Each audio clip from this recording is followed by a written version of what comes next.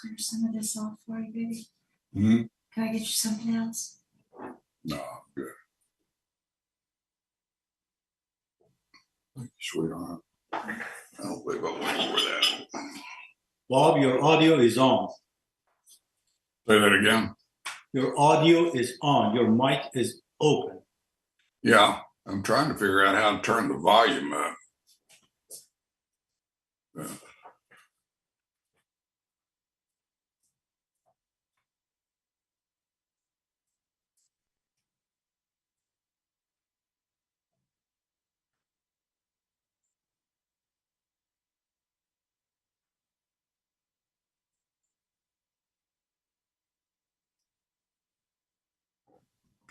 How much rain did you get out of that last storm? Not a lot at all. Less than we normally get on a regular storm. For us, it was nothing. I slept through the whole thing at night. Didn't even wake up. About I thought maybe you weren't getting, just a deluge. It looked like most of it missed you, Yes. the heavy part. So do you have plans to return to Ruidoso? We're gonna, gentlemen, we'll go ahead and get started. Dave, you're gonna have to run the meeting as the vice chair. All righty, we'll get you through it. So you'll just follow the agenda and call it to order, and then we'll go down the list. All right, we'll call the meeting to order. Y'all haven't heard from Dave Stevens, have you? Oh, he's on now. Okay, you can run it then. The right side.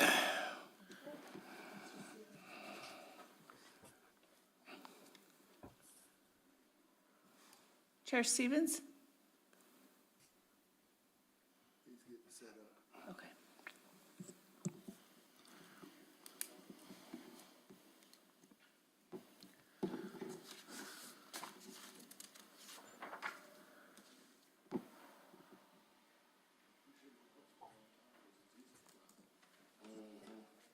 Mr. Stevens, you're on mute if you're trying to talk to us.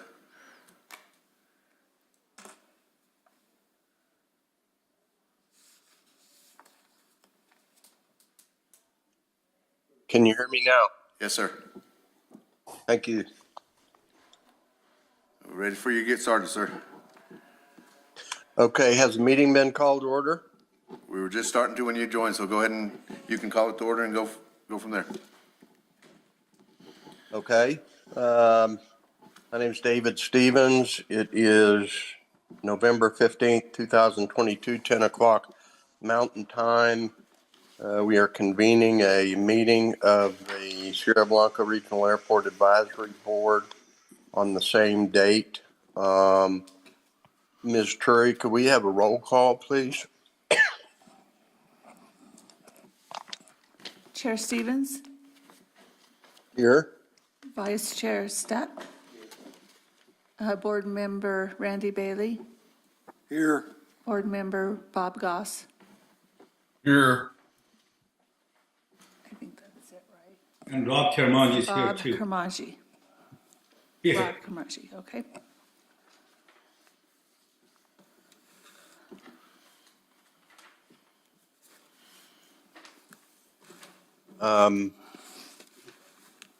Ms. Trury, members of the village of Ruidoso, present, please. Tim Dodge, Village Manager, present. Ron Senna, Deputy Manager. Joe Kazabuski, Ruidoso Fire Chief. Judy Starkovich, Finance Director. Austin, are you on there? There you go. Austin Nelson, Airport Manager.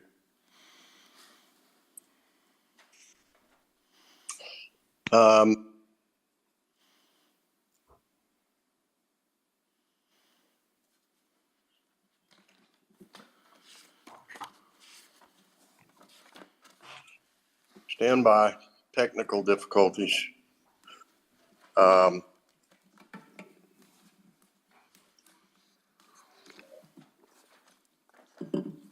have a meeting agenda that I submitted for review, but that meeting agenda was modified. So we'll have to use the meeting agenda that was published.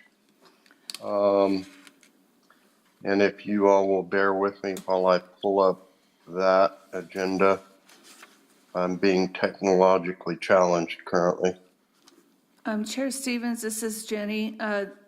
Village Manager Tim Dodge and I reviewed the agenda, and several of the things that you had on there are already part of the improvement plan. So that's why you don't see those items separately. So anything that's not in the improvement plan to be addressed, I put on there as separate issues. Okay, if you would bear with me so that I can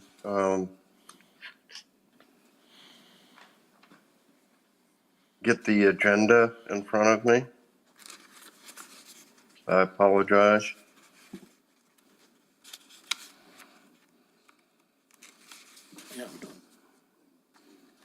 Jenny, can you tell me what the first item on the published agenda is, please?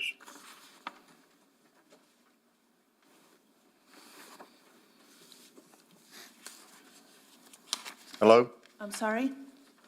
Jenny, could you tell me what the first item on the published agenda is, please? Approval of the October 18th, 2022 meeting minutes. Could you have all members had an opportunity to review the minutes of the previous meeting? Yes. Yes. Yes. Yes. Does anyone have any items of discussion regarding the minutes of the previous meeting? No. I don't. No. No. If that is the case, I would entertain a motion to approve the minutes of the previous meeting. I'll make a motion to approve the meeting. I second. Meeting on October 18th. We have a motion by Rob and a second by Bob Goss. All those in favor say aye. Aye. Aye. Any opposed? Motion carries. Jenny, what's the next item on the agenda? Chair, if we, I apologize, after roll call, we had approval of the agenda. Okay. Anybody have any questions about the agenda that I can't bring up on my iPad?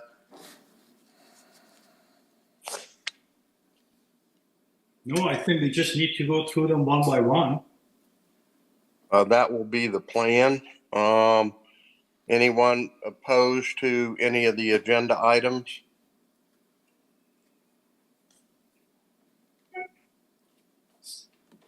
There being no opposition, I would entertain a motion to approve the agenda as published.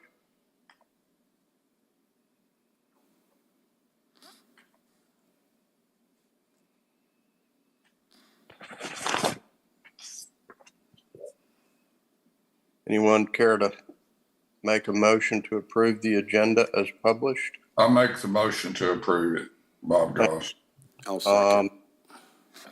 Second. I second. Have a motion and a second. All those in favor signify by saying aye. Aye. Aye. Aye. Aye. Aye. Any opposed? Motion carries. Jenny, what's the next item on the agenda? Discussion and recommendation for any changes to the bylaws.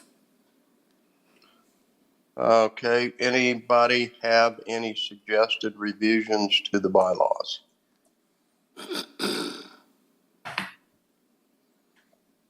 I don't. I don't. Let's leave the bylaws as previously approved, but open for amendment. I have some things I'd like to discuss, but I unfortunately didn't have the ability to prepare for that today. Jenny, what is the next agenda item? Discussion and recommendations on the airport improvement plan. Mr. Chairman, Jenny, just a point of order. If they're going to leave it on for further agendas, do they need to table or do they need to make any type of action to move it to the next agenda? My opinion is that if you leave the item as an open item on this agenda, it will appear on the next agenda without motion. But if you'd like a motion and a roll call vote or a vote, we can certainly do that. That would be fine, sir. Let's take a vote, please. Okay, I'm going to make the ask for a motion to table amendments to the agenda item. Do I have a motion? Mr. Chair, my recommendation is that it be called as a postponement to the next agenda item. An item that's tabled is brought up at the same meeting. So, we'll just, our recommendation that it's postponed till the next meeting. That is correct. Okay. Do we need to vote on that, or? Yes. All right. I'll make Okay. a motion that we postpone to the next meeting bylaws, changing of the bylaws. I have a motion. Do I hear a second? Second. I have a motion and a second to postpone discussion of the changes, any changes to the bylaws. All those in favor say aye. Aye. Any opposed? Motion carries. Jenny, the next agenda item, please. Discussion and recommendations on the airport improvement plan.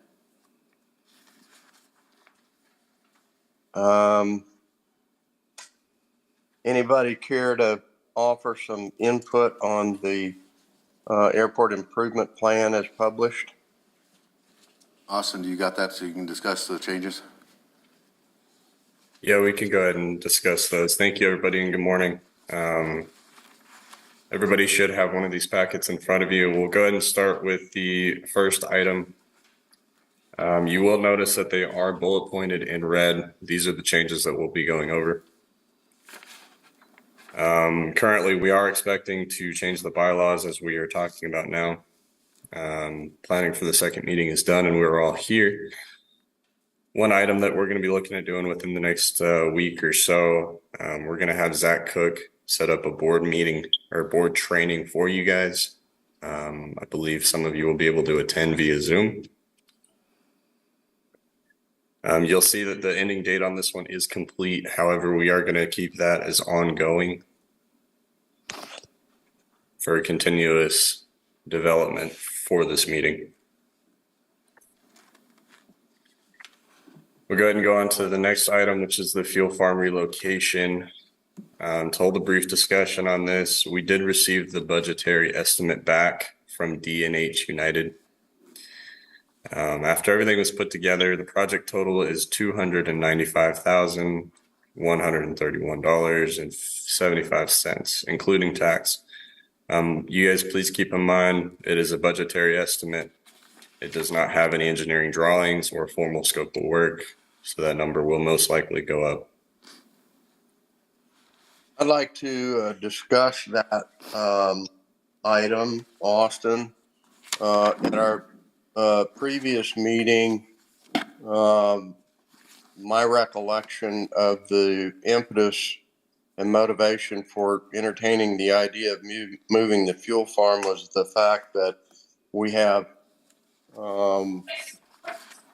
employees operating fuel trucks on a public highway without a CDL hazmat endorsement. I concur with that concern, but absent some other pressing need that I'm not aware of, I can't imagine how spending $300,000 for relocation of the fuel farm makes more sense than getting hazmat endorsements for drivers who can drive those trucks, 1,000 yards from the fuel farm to the FBO. Somebody please tell me why we should spend that kind of money to relocate that fuel farm. Stephen, may I speak to that? Please do. Fuel farm as it exists has been working perfectly without incident, at least for the 20 years that I have been a tenant at the airport. And to think that that kind of money to move that facility has any justifiable reason, it's just borderline. I'm a pretty straightforward kind of a guy. It's just borderline ridiculous. Might consider, which is part of my plan, is to invest a similar amount of money to put in 100 low lead self-serve. And that would,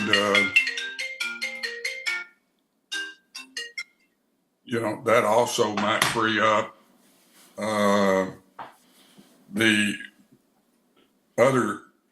another tank down there to store jet fuel. And it would increase the sales of 100 low lead. So one of the things I want to discover from Austin today is how many gallons annually are we selling of 100 low lead, which I suspect is an alarmingly low number. The Sherman Airport, where my airplane currently is in for its annual inspection, was just a few short years ago selling around 19,000 gallons of low lead a year. And now they're consistently selling about 120,000 gallons a year. And one of the reasons is the price, the convenience, and they also are running that airport. The airport manager is an A&P and has a shop there, and he has one employee. And he and that other employee keep that airport open 7 days a week from 8 o'clock to 5 o'clock. It's incredibly successful airport. And I know that if we make the necessary changes, that we can restore Ruidoso's airport to the vibrant asset that it used to be once upon a time. And that is, we must advertise the lowest fuel price for 100 low lead in New Mexico, and you put that out on every aviator site that there is. Ruidoso, New Mexico is going to have the lowest 100 low lead fuel prices of anybody in New Mexico for the foreseeable future. If it doesn't work the way I'm telling you it will work, you can change it at some time. But right now, if you just advertise everywhere that we have the lowest fuel prices in the state, you're not going to believe the amount of traffic. Traffic that is going from the East Coast to the West Coast will stop there. They'll fuel up. They'll go into town and visit the restaurants. They'll probably, many of them will spend the night in a hotel, maybe visit one of the retail stores. This is using that asset to enhance Ruidoso. And so you may, I don't care whether we're making money or losing money on the fuel. This is what we have to do to be able to bring that airport back to life. And the other thing that we must have is you got to have an A&P. You got to have a working shop on the airport. People have to know that if they kill their engines there, there's somebody there that can help them get going. And the other thing is they've got to have ground transportation, reliable ground transportation available to them. And I'm going to suggest that the city of Ruidoso, village of Ruidoso, purchase 2 cars, courtesy cars. And I can give you an example of many cities who have successfully done that. You know, what are you talking about? Economy cars are what most airports lend out. You know, you can buy them new for $25,000 a piece. So that's a $50,000 investment that will pay off handsomely. And the fuel prices will bring them in there. You know, Mr. Chairman, I don't know why. Mr. Chairman, just a point of order. Can we stick to the subject at hand, please? Who's speaking? I'm sorry. This is the village manager. Can we stick to the fuel farm subject at hand, and then we can move forward onto those other subjects as they appear on the plan? Austin, on that 295,000, did that include putting in a self-serve pump?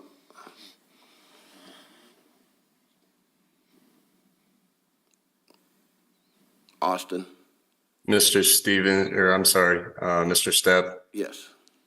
I don't have that information currently at my disposal, but I will within the next 5 minutes or so. I'll get back with you on that one. Okay, and also if it does, I'd like to see it split out. So if we didn't move the fuel farm for the 295,000 and just put in a self-serve, what's the difference? What's the cost? I mean, Mr. Chairman, if I may, you know, what I would recommend on this item is, you know, there's a lot of possibilities that haven't been fleshed out. And Mr. Chairman, as you stated, you know, just a justification for hazmat certification, I totally agree with you. And I also agree with the other gentleman that was talking about the 100 low lead opportunity. What my recommendation on this item is that we do further investigation and conduct a feasibility study to see what does make sense. Right. And come up with the justifications on how we would approach that. In addition to that, we need to look at what type of other funding opportunities that we may have to bring to the table to actually make that whatever is feasible to the table as well. There may be opportunity for grants and other type of things Right. that we haven't discussed yet. that was my next question, because right now it's just slotted out of the general fund, right? If this item was to move forward, it would have to go to what's called our strategic planning process. And then the general fund would have to, you'd have to put in a general request to the governing body, and then they would consider that during their capital outlay process for the Village of Ruidoso governing body. My recommendation is that we conduct a feasibility study on this, and Yeah. there may be aspects of relocating it that do make sense, and there may be aspects of it that don't make sense. Yeah, I'd like to just see it both ways. If we left it there, we definitely need self-service out there. It'll help everybody. People coming in at midnight, they can go over there and get fuel instead of trying to call someone out. But what's the cost? Excuse me, I've heard just lately from the manager of the Sherman Municipal Airport in Texas that a first-class self-service fuel farm can probably be bought for about $200,000. This is David Stevens. Randy Bailey and I have located a 100 low lead fuel farm that we're investigating for the benefit of the airport. And I'd like to spend a little more time to learn exactly what it is in the way of functionality before that becomes part of the discussion. But I will tell you that my discussions that I've had with the owner of the fuel farm, which by the way is at another small community airport, the acquisition cost is a whole lot less money than we're talking about. And my recollection, somebody please correct me if I'm wrong, my recollection is that part of the discussion of 100 low lead self-serve was one of the impetus for the idea of moving the fuel farm. And I would like, no decisions are going to be made today, obviously, but I would like everyone to entertain the idea. They're certainly interrelated, but they're not mutually exclusive, meaning that the fuel farm doesn't need to be moved so that we have 100 low lead self-serve on the airport facility itself. And I think there's merit in offsite storage, put offsite in quotes, as opposed to being on the actual airport. But I still haven't heard anything from anybody about why we would spend $300,000 to move a seemingly perfectly functioning fuel farm. Mr. Stevens, this is Joe Kashiboski. Some of the other issues is that is an aging facility. We are changing 2 or 3 motors out a year. The leak detection system is not working properly at this time. It's going to cost several $1,000s for the company to come down and investigate why that is happening. Those are a couple of other issues that we're having. I mean, Mr. Goss said it has worked flawlessly. It hasn't been working flawlessly recently. We're going to be having to get some tank inspections done as well, and hopefully we won't have any leaks that haven't been detected. And getting it moved close to the facility will boost safety. At this point in time, we have had some people get in there and mess with some of the electronics on that facility because of where it is so far away from the main FBO. So we have had some security issues as well. Well, those are all news, certainly to me, Joe. It would have been helpful to know of problems, certainly before we have a discussion as a board on why we're even talking about moving. All of those issues that you raise are valid issues. Maybe you could put together a memo for us that would outline for us the experiences that your staff has had and the problems that the facility has had, so that we can have a more pointed discussion on what that fuel farm needs, as opposed to just pulling up stakes and moving it. There may be other cost-effective solutions.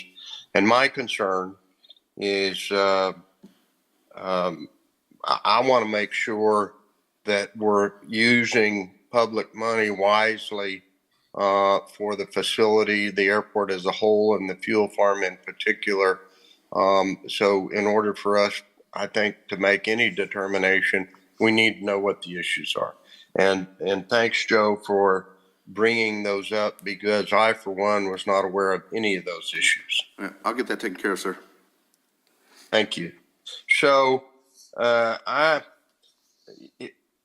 any more discussion on the fuel farm? I'm thinking that we're nowhere near having enough information or make a recommendation to the village on anything regarding the fuel farm until we know more about what's happening.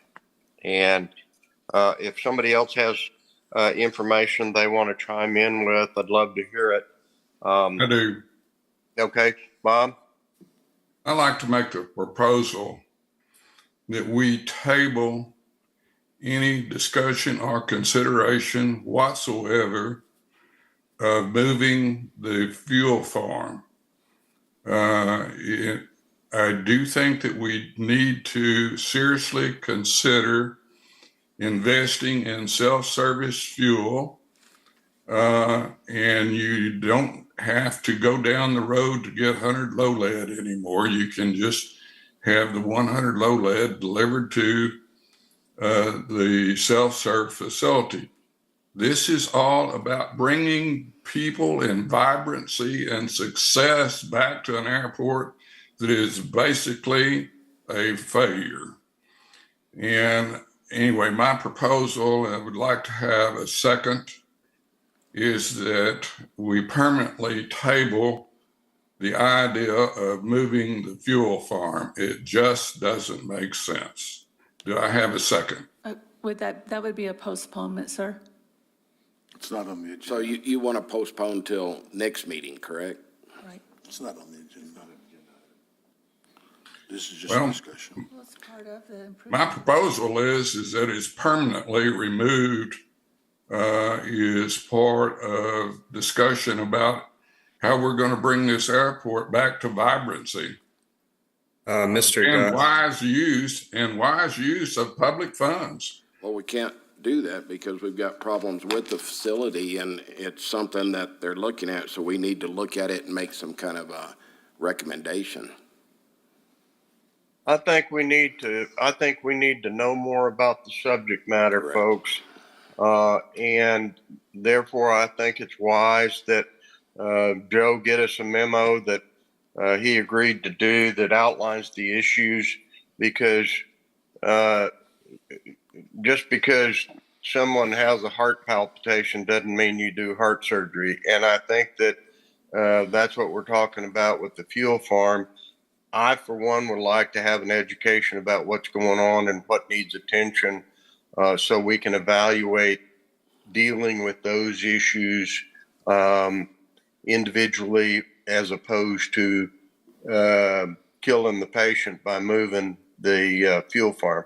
So unless someone is opposed, I would make a motion that we postpone any further discussion about moving the fuel farm until after we've had an opportunity to review Joe's memo, so we can discuss it in the context of the issues that are occurring there.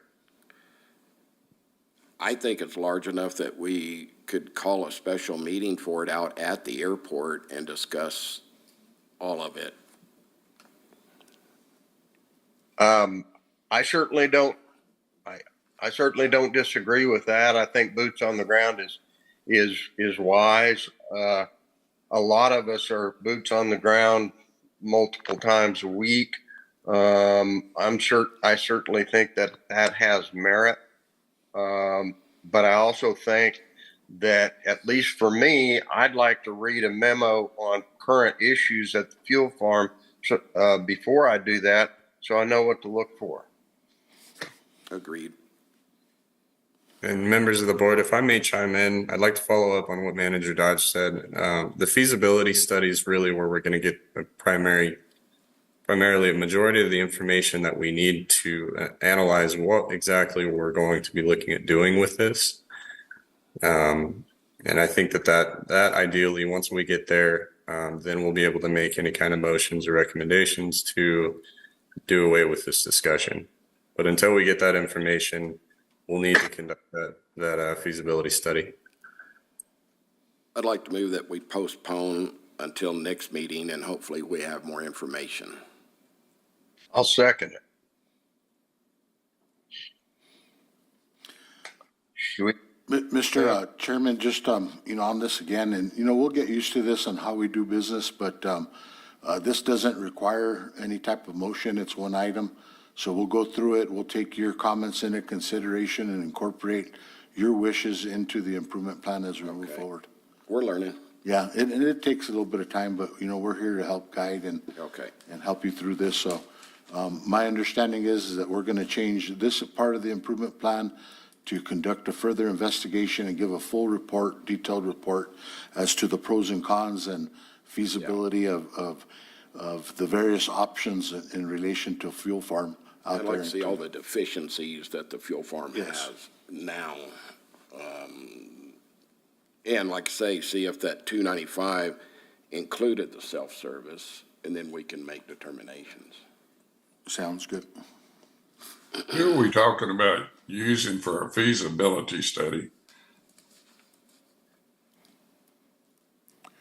Who are we talking about using? Was that For the a question? feasibility study, yes. We would use a qualified firm. Our current firm is Armstrong Consultants.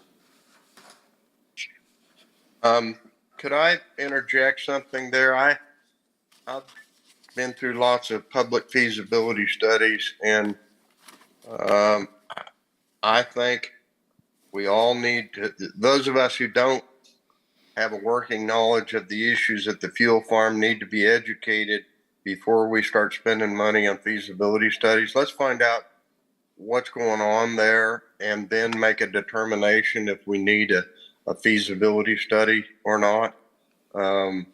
It may be that we do, but it very well may be that we don't. We can certainly bring you back a scope of work with a feasibility study after you look at the further issues that you'd want to talk about.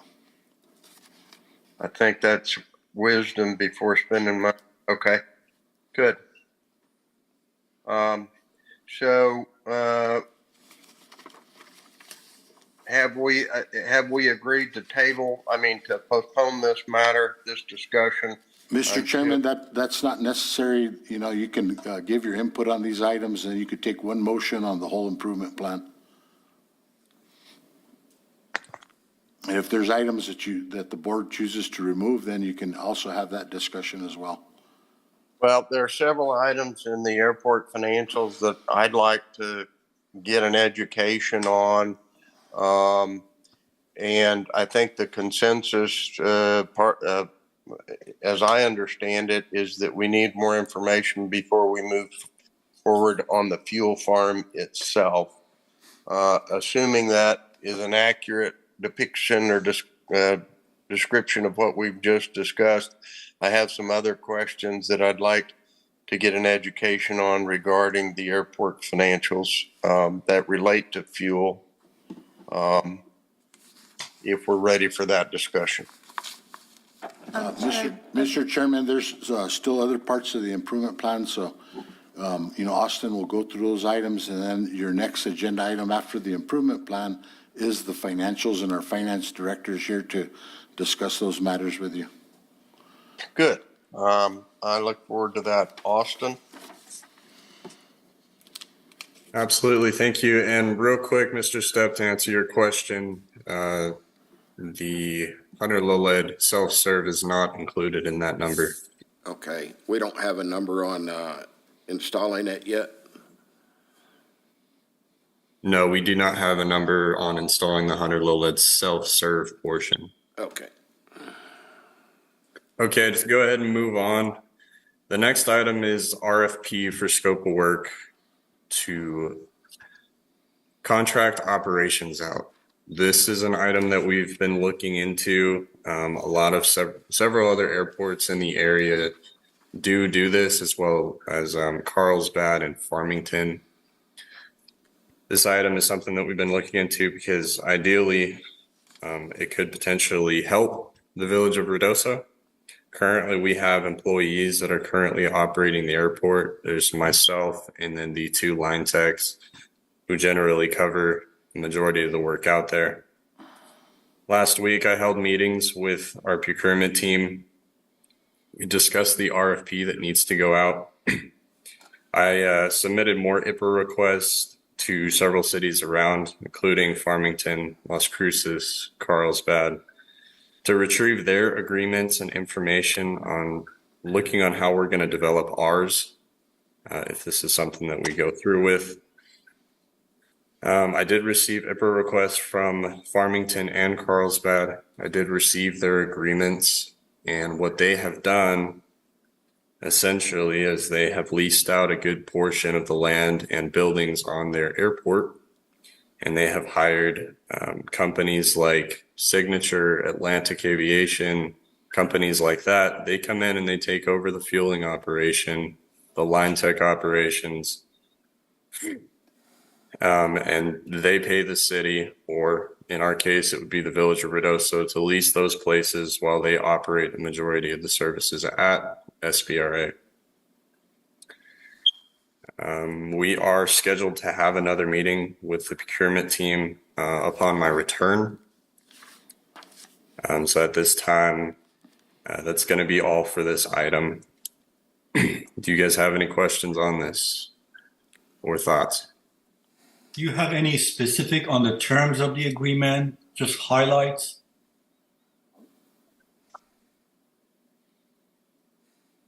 I don't have any current highlighted items on there.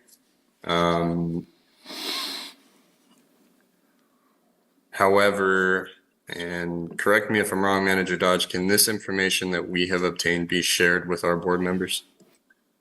Austin, it is my recommendation that you share that in addition to drafting a scope of work that is shared with the board so that they Okay. can come back and concur with the scope of work that's being considered.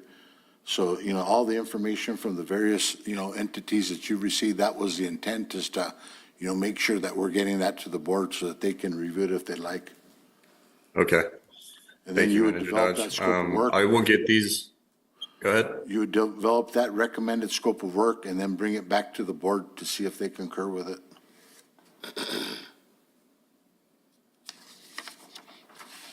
Austin? Mr. Stevens? Yeah, in this RFP, I'm wondering if you're incorporating our search for a related item, and that is aviation mechanical services as part of that RFP. Have you considered that in the context of the RFP you're considering? Have you thought about the idea of an RFP that considers either one or the other or both? Mr. Stevens, in the last meeting we had, Manager Dodge did bring this up. With the RFPs that we have on this improvement plan, which I believe you're referring to, doing one of them could cancel out the other two, but we have determined that we're going to work on all three of them until we get on the basis of which one we're going to pursue the most, I would say. So if we did do the RFP scope of work for contracting the operations out in total, if somebody bids on the contract and they get the contract and they decide to bring in that mechanic, us doing a separate RFP isn't really going to matter too much. But there is a separate item on the improvement plan that talks about the mechanic RFP as well. So. I just don't want to lose sight of that because I believe it's an integral part of what we're trying to do to make the airport a more attractive location for transient and frequently visiting aircraft. Mr. Stevens, this is Joe Kajabowski. The mechanic, AMP mechanic is one of our big items on our horizon to bring in. So that is one of, like Manager Dodge says, that is one of the items on the discussion of this improvement plan. So that we're not going to veer away from a mechanic. We just may have different ways of bringing one in. It's Bob Goss. So I've been doing some research on us getting a shop operating at the airport and a qualified AMP. And it's my understanding from a man who really knows about these things, and I'm talking about a man named John Hooker, who is the airport manager of the Sherman Municipal Airport and also operates a full-time shop there. As a matter of fact, he's doing an annual inspection on my Bonanza as we speak. And he was telling me about other airports that are similar in size and use of what Sierra Blanca is. And in order to advertise for an AMP to come and run the shop, we're not talking about any other duties at this point, but just to attract an AMP to the shop, we're going to have to incentivize or subsidize that right individual for a period of time in order to attract the quality mechanic that we need that will give people the confidence that if their airplane is down there, that somebody will help them get it going. And Mr. So that's my understanding. We'll have to subsidize it for at least a period of time. Thank you, Mr. Gus. And this is going to be an item we're going to discuss further on down the list. Right now, we'll go ahead and we'll try to stay on topic with the FBO contract. If anybody else has any other input specifically towards that, feel free to chime in. Just that we'd like to see the RFP, see what we're asking for. Because at this point, there's nothing to really discuss without knowing what we're discussing. Absolutely. Thank you, Mr. Stepp. And we'll be having that meeting as soon as I return this week. Okay. Austin, I would recommend that you distribute the information you've already collected to the board. Okay.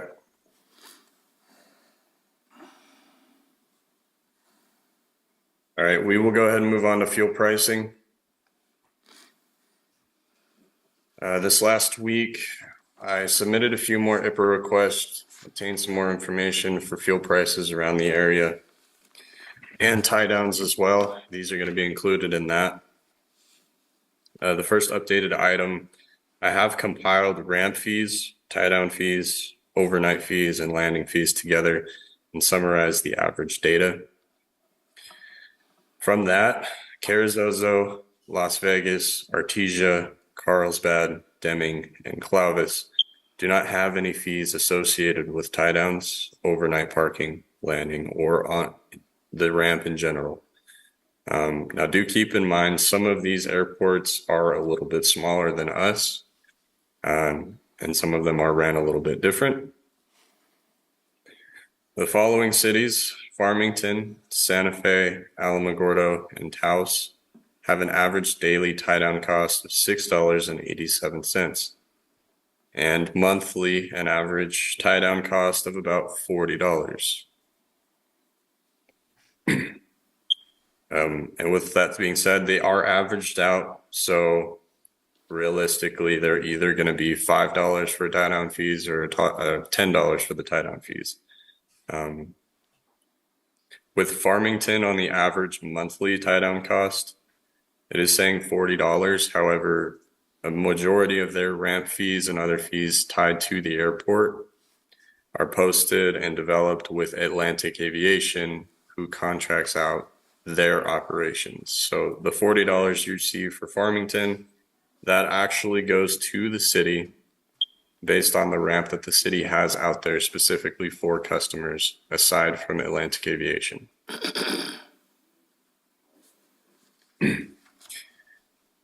Aviation fuel prices in many of these cities are formulated in a similar fashion to us, except for contracted FBOs. The luxurious or high-end ones, some of you may know them, Signature Flight Support is one of the bigger ones that does that. They offer a ton of amenities and they charge exactly what they want. And you guys are probably going to want a scope of work on the general information on this too. So I'll go ahead and develop this and I'll get this to you as well. Austin, what's the scope of work for? The general information that I just discussed with you, the tie-down costs, any of the IPA request information that I did receive, and any notes that I have to put in there to give you a breakdown of what I just said. As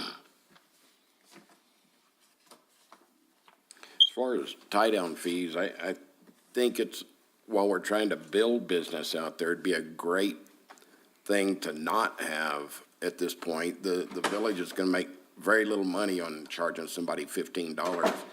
But somebody coming in, if they know they're going to get charged $15, may decide, okay, I'm not going there, I'm going to go somewhere else. The pilots are a funny bunch. Mr. Stepp, just real quick on the tie-down fees, and ramp fees for the fiscal year from July 1st of 2021 to June 2022, the Sierra Blanca Regional Airport made over $22,000 off those fees. I mean, I don't think that is a small amount. Well, is that overnight fees, what is that? Tie-down fees are the daily fees. People come in, do their thing and go. That's strictly that? That's the ramp fees, I'm sorry. The ramp fees and the tie-down fees are the overnight fees. Between the ramp fees and the tie-down fees, we made over $23,072 in 1 year. So the ramp fees we made $15,280 last fiscal year, and the tie-down fees, we made $7,700 last fiscal year. I just went to Sedona last week, or 2 weeks ago. Tremendous amount of traffic, planes tied down everywhere. Because I bought some fuel from them, I stayed there one night. I wasn't charged overnight, I wasn't charged tie down, landing, anything. Yes, sir. But I'll go back again. We do that as well. We were offering, if you bought a certain amount of gallons on the low lead, we waived the fees that day, or at least one night. And then as far as jet fuel, if you bought 50 gallons or more of jet fuel, we were waiving those fees as well. Okay. We had that in it. How much low lead do you have to buy to get? I think 20 gallons. Yeah. And sometimes, some of the people said, well, I can only hold 15. Well, we would take that into consideration as well. Work with them. I was gonna say, my little plane won't take 20 gallons Yes, sir. on. We understood that with some of the other pilots. I think it's wise, you guys need to, you non-aviators in village management need to understand that there is an aviator side of that equation. And what I mean by that is that while you say that the village made $22,000 in tie-down fees and ramp fees, my question is, how much did we lose by chasing folks away? And let me give you an example. Last weekend, we had the New Mexico Pilots Association board meeting at Sierra Blanca. And they were thrilled to learn that we no longer are charging ramp fees or tie-down fees. I told you all this in our original meeting, they published a rant in their newsletter that is very widely dispersed that RIDUS was charging ramp fees and basically stay away. Now, I think we've rectified that, and we're now working with the New Mexico Pilots Association for future events. So I understand that it generates revenue. My concern is that singular focus on immediate revenue may be doing us a long-term disservice, and I firmly believe it is. So. This is Randy So Bailey. this may be our next, discussion after we are done with this. But talking about tie-down fees and fuel prices and level of service, really in absence of a good financial information, I think it's just, you can't make decisions if you don't know how much money you're making, how much money you're losing, what our goals are. Are we making the airport so that everyone comes, they're all welcome and they want to come? What does that cost? And if it doesn't cost, if we can't support that, then where do we get the money from? Tie-down fees, yes, we all agree it's not a good thing. Our fuel prices are high, but if our goal is to bring people up, maybe we just say no tie-down fees and the lowest price fuel in the country or whatever, but then see from our finances what we've sold and what we project to be the income and what the shortfall is. I think we have to have a good overall picture of the operation before we make all the decisions that we're trying to make. Mr. Chairman, if you look at your agenda, that's the way that it's set up. These are just items that Austin is updating you on.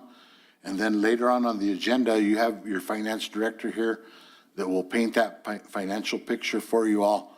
And you certainly don't have to make any decisions on that today.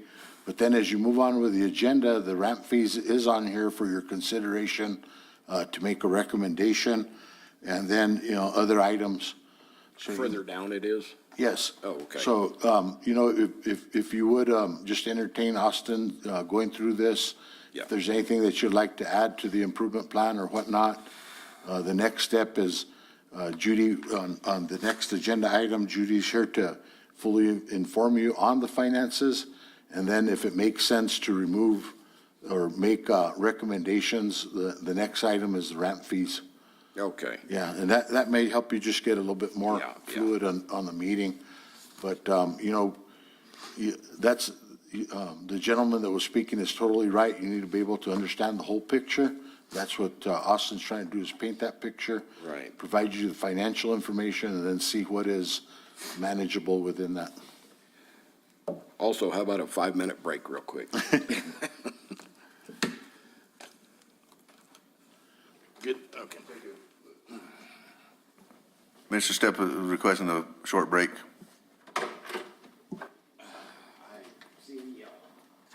Yeah, that's fine.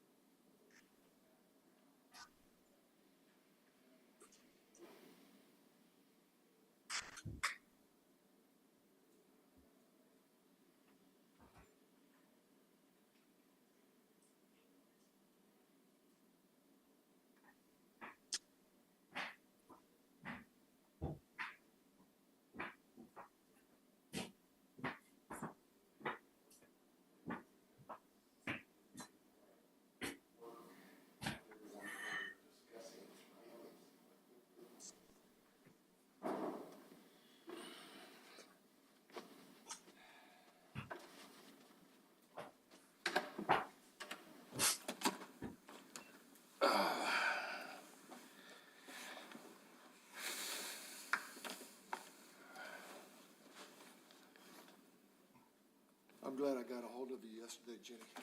Find out if they were having the meeting, because I don't know how to do Zoom. I guess I'll have to learn. We always welcome in person when possible. And I didn't know if it was going to be all Zoom or what. No, we only offer Zoom for those who can, who. I guess that's something I'll have to learn. I try to learn as little as possible about computers. Yeah.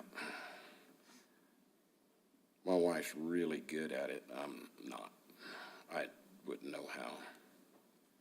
Well, I've got a synthetic vision in my panel on my airplane. I still don't know how to use it. I just know one for direction. Punch that one right there for direction, you know?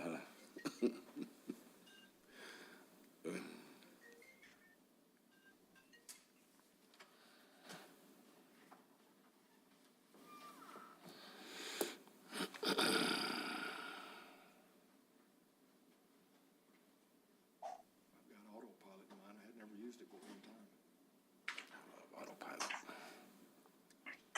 Mine actually got the auto level. You punch a button, auto level. The blue button, yeah. You'll have that in your Cirrus. Yeah. He, the salesman that I'm going through will be here Thursday with it's a new Cirrus, not mine, but I gotta pick colors and all that, so. He gonna let you fly? Yeah. I'm your friend. Well, I don't get to take it up myself. He said, we'll go for a discovery flight. I said, "Oh, okay. I don't know if he's a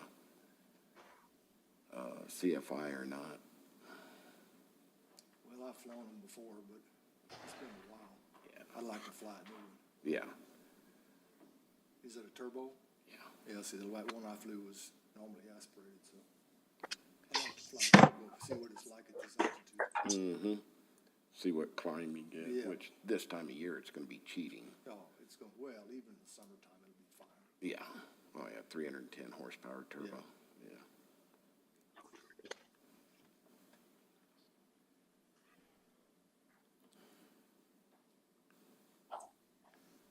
The new Get one. ready to take off, tell him, are you gonna demonstrate the parachute?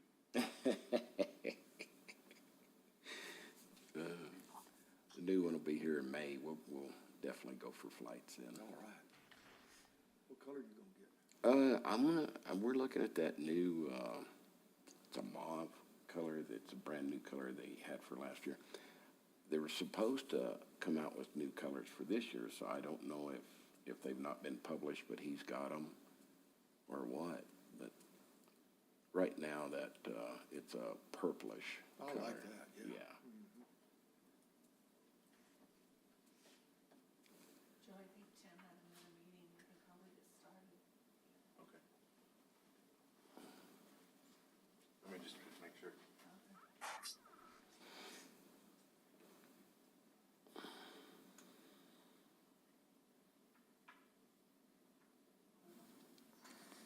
I was doing the same thing, like, it won't change.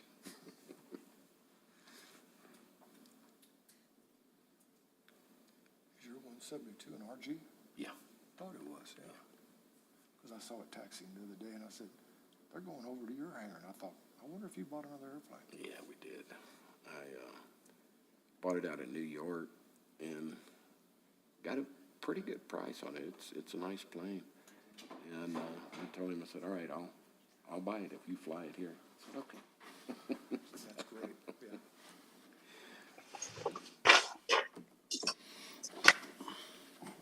Okay, everyone is back in Austin. Go ahead and continue on with your improvement plan.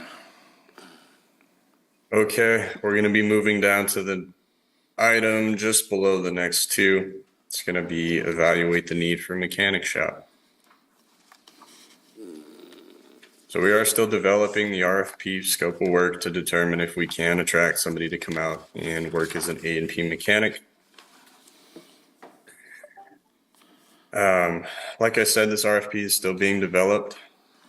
You guys may already know we have received 3 requests from individuals that have physically come out to the airport and expressed their interest in operating out of Sierra Blanca.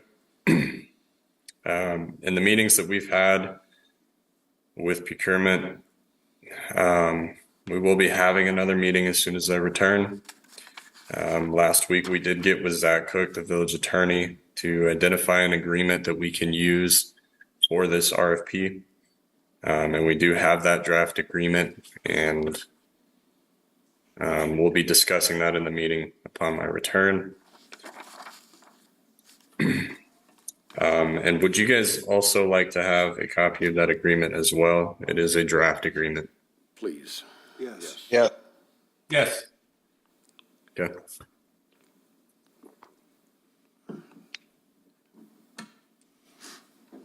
And the next item that we'll discuss, it kind of follows back on the A&P mechanic. It's going to be better usage of main hangar space. On October 27th, I contacted Vince Patterson, made sure that he received our letter of notice of termination on that agreement. He did in fact receive it, and I gave him the contact information for Mr. Stevens to see if it would be possible for him to move that plane into his hangar for safekeeping. They did come to an agreement, and this was actually on October 27th. And we made preparations to remove that aircraft, have it washed, and deliver it to Mr. Stevens' hangar on October 28th. That was fulfilled, and we conducted extensive cleaning on that hangar from October 28th through November 3rd. That includes throwing a lot of stuff away, power washing the floors, generally cleaning it up, getting it ready for the next process, and hopefully putting a A&P mechanic in there. Is there any discussion on that? Austin, can you tell us who you've had A&Ps that have expressed interest in coming? What I can tell you, Mr. Stevens, two of the individuals were out of Roswell, and that's where they operated out of. I don't know if they were private, whether they were a private party or if they were with a company down there in Roswell, but I do have their business cards, and we will be reaching out to them when this RFP is done.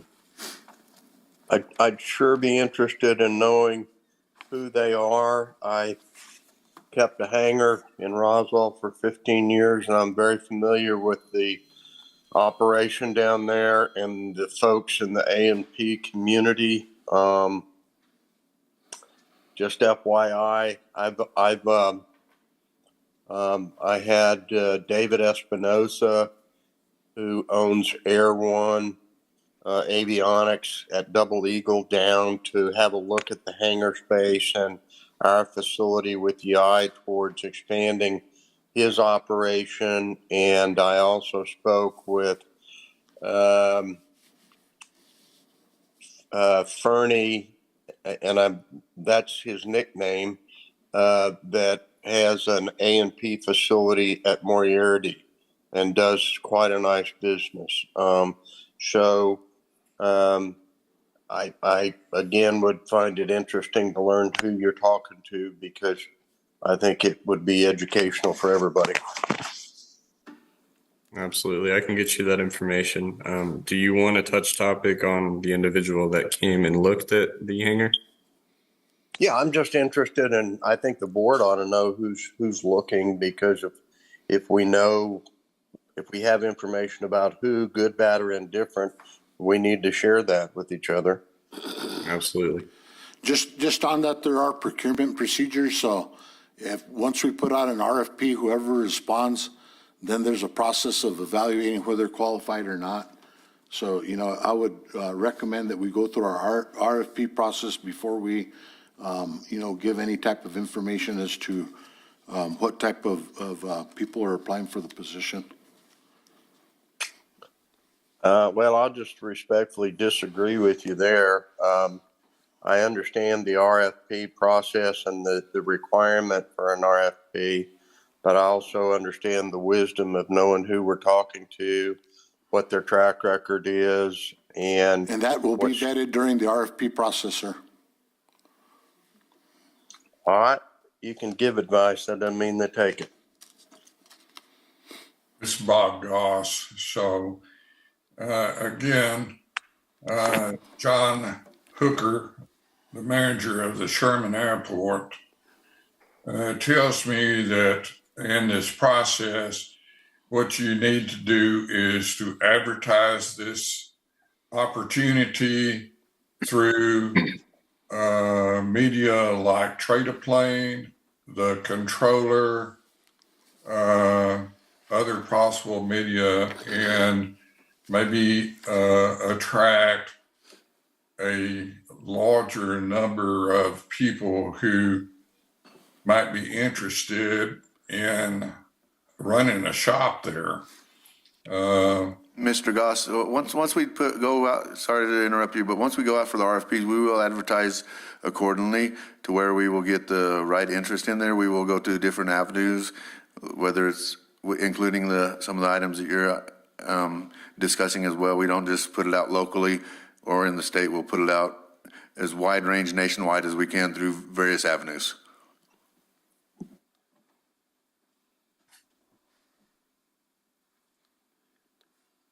But if we could see the RFP that is developed, we'd appreciate that. We will get that RFP out once we get it developed, so you guys can review it before we put it out. We can do that. Appreciate that. Yes, sir. Okay, we'll go ahead and move on to the next item is determining activities. I know that everybody is very eager for this one, and I think I am as well. I have set up a meeting with Tim Roberts. He does planning and events at the convention center here at the Village of Ruidoso, as well as Sydney Mallory.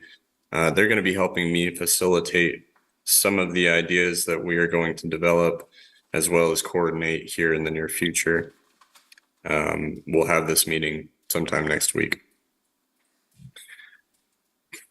And any ideas or discussion that we have will be forwarded to you guys to get your opinion in on it.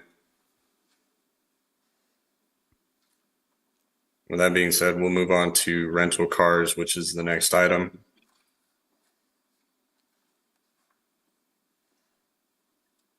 In the meetings that we've discussed the RFPs with procurement, we had the same meeting there with them, and we also had Zach Cook, the village attorney, in there as well to help us develop an agreement to do some outreach.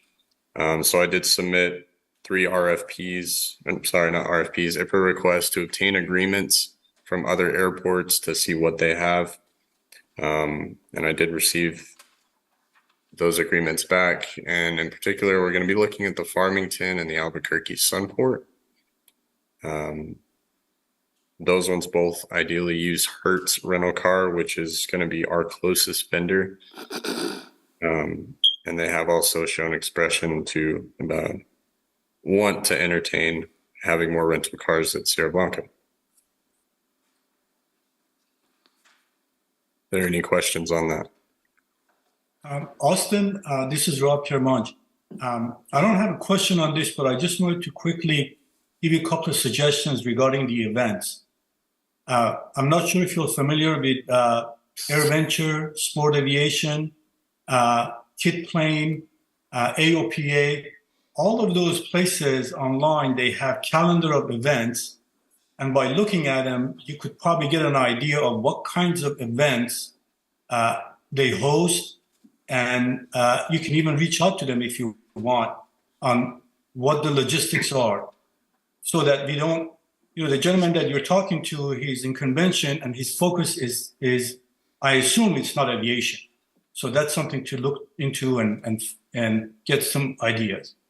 Absolutely. Thank you, Mr. Kamans. And I'll bring that to the table during our meeting so that we can go ahead and look at these and get a broader idea of what exactly we can do out there and what we need to do to fulfill that. Okay. Hey, I want to follow Rob's input. I didn't know you were going to switch gears on us that quick on the events. I sat on the board of the Spectacular Air Show New Mexico for a number of years and helped put on large-scale successful air shows. And the time to start working for an air show for next year is last month. I've also requested from Jenny that we get a calendar of already existing scheduled events within the Village of Ruidoso and the County of Lincoln, so that we have an idea what else is going on in the context of trying to plan an event. And just FYI, air show performers book their schedules, months or a year in advance. And, the first thing that we need to do if we're going to think about an air show is a date. And then we need to communicate with the world. But I need you to, I second Rob's concern. I don't know either the people that you're talking to, Tim Roberts and Sydney Mallory. I'm sure they're good people. Air shows are not conventions in a conventional sense, and I think you need that input. Sure, absolutely, and I will take all the input that I can get, and that's why we'll be outreaching to some of these places to get an idea of what we're doing. One of the concerns that I have is we have the capital project, the runway 1230 is set to begin in the springtime of next year, 2023. So we're going to have to evaluate and see if we're going to be able to squeeze an event at the airport before that begins. So Also, the other thing, I'm sorry, go ahead. Go ahead, Mr. Kamachi. So the other thing, the events don't have to be substantial. They don't have to be huge. They could be local, weekend, weekday. So it doesn't have to be an all-out effort. It could be in baby steps as we get experience with how many people come, where they come from. Then we can tailor future events. Absolutely. For example, one event that EAA puts out is called Young Eagles, and every one of us here has attended or participated in it. And it's basically getting local kids and introducing them to a flight and igniting their interest in future aviation. And that's a simple, well, it's not as simple anymore because you need some credentials, but it's not a huge lift to organize something like that. Absolutely. And I know that we had 2 pilots this year that came out just a couple months ago and did do that. They brought out 10 or 12 students from the elementary school and some higher up that conducted a small event like that. We didn't play much part in, however, that was done. And I know that air shows are very large. They're very meticulous and they have to be thought out very well. If we're unable to squeeze in one of those, we also have the option of doing car shows, fly-ins, cookouts, anything in that matter. So those are all things that we'll be looking into. Okay. We have one event here. I'm sorry, I'm going to make this very quick. We have food trucks that come to the airport nearby, and it's called Taco Tuesday. So all the pilots go there. Again, we have to know if it pays off and test it out. But some things like that are simple to do. Doesn't really take much effort. Just advertising, and certainly all of us can help in putting information on the blogs, sending information to AOPA and EAA and all those people, and local pilots.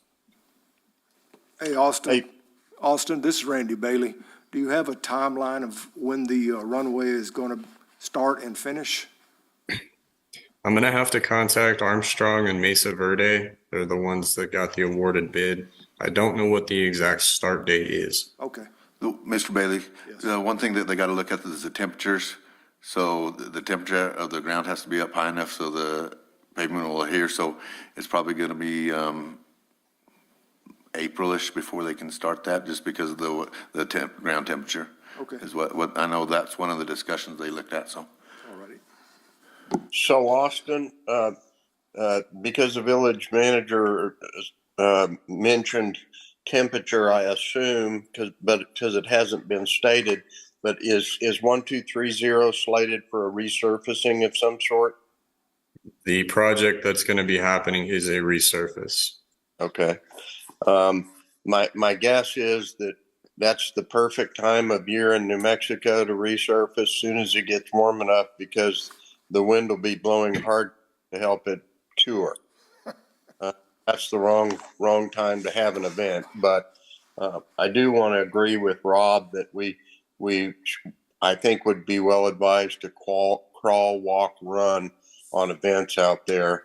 That's an easier learning curve for us.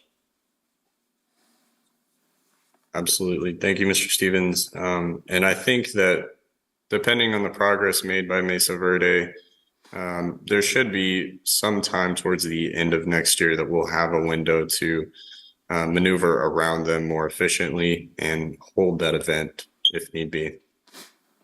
Okay, if we could get the calendar of currently scheduled events coming to everyone, Jenny, that would be really helpful.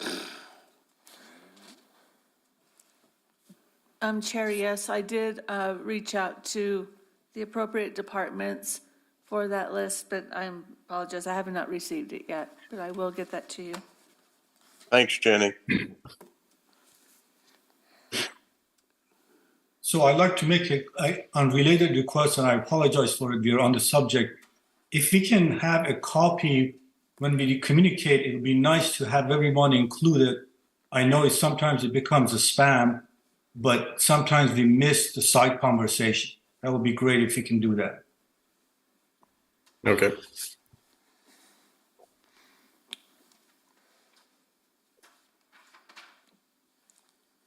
Just to clarify, I meant email conversation, not this conversation. Yes, sir. Okay. Is there any other discussion on the rental cars? Excuse me, we have to be very careful with email conversations between all board members. That constitutes a rolling quorum, and we don't want that to happen. Yeah, Okay. yeah, Jenny's right. And I know I've talked to a couple of the board members about this. We have to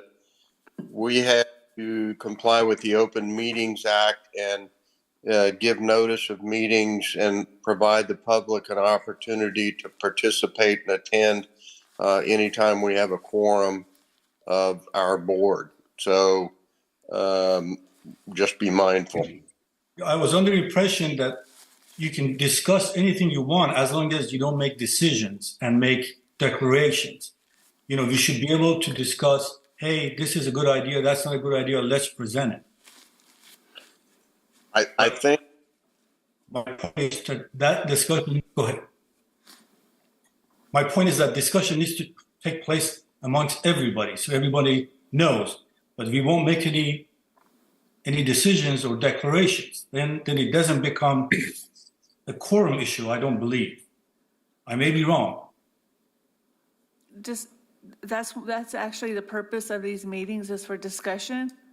A quorum is 3, so you don't want any kind of a discussion going back and forth between any of the members that doesn't include everyone involved. Okay.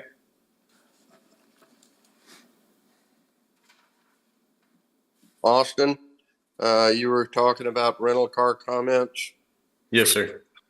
I think as a courtesy, we need to keep Sierra Blanca Motors in the loop because they've been filling that void for a while on their dime, and I wouldn't want to alienate them. I agree, but the village itself needs to own some courtesy cars. Generally speaking, they're only loaned out for pilots who fly in, want to go into town and have lunch. Some people do allow a pilot that arrives late in the afternoon to actually keep an airport courtesy car overnight, but he is expected to return it early the next morning. Those rules can be worked out. I'm just saying that in addition to rental cars, the village of Ruidoso needs to have at least 2 courtesy cars out there. And I agree that we need to try to maintain that relationship that we have with Ted and the Sierra Blanca Motors, which has been very generous of him to do that. I don't know what the rules are that you've been operating out there, but to make that asset, the airport being the asset, perform the way we want to, we've got to have reliable ground transportation so that people who are flying in there can at least go into town and get some lunch. I agree with Bob. I think, you know, in addition to rental cars, we need loaner cars. If somebody comes in and they're going out to do something short, they really shouldn't have to pay $100 for that trip. That's exactly my point. You need to have both. So if they were going to come in and stay for 2 or 3 days, we need for them to be able to rent a vehicle. If they're only stopping in there because they're going from coast to coast or whatever and buying fuel, then we need for them to be able to have access to a courtesy car to go into town and get a bite to eat. In Austin, a lot of airports have taken municipal vehicles that are being washed out of the fleet and turned them into airport loaner cars. So it's not a huge expense to have some vehicles out there. And that might be something you think about in the context of crawl, walk, run to get us rolling. I think Santa Teresa is an example of that. They have a couple of cars that they give out at any time. We'll be sure to keep that in mind.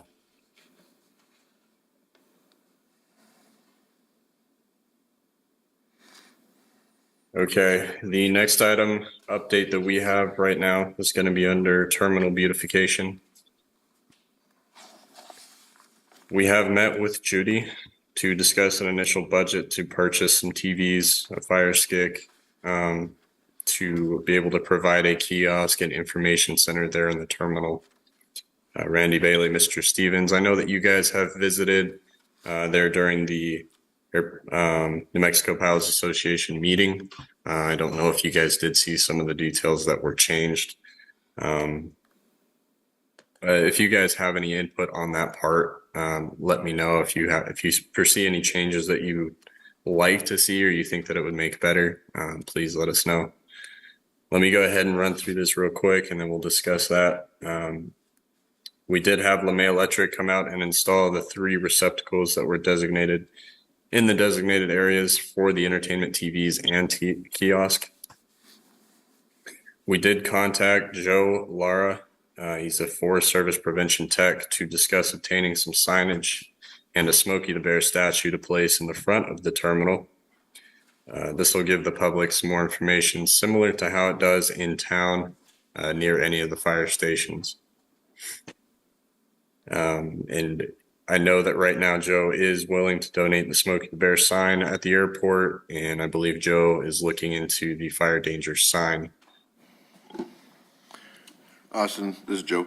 Yes, I'm working on getting a quote on the new fire danger sign that we could put up out there as well. I've also reached out to Stephen Aragon with the Parks and Recreation Department. I'll be working with him and getting some information on trying to get some beautification, like the Keep Ruidoso Beautiful Committee, to assist with some projects out there around the FBO as well.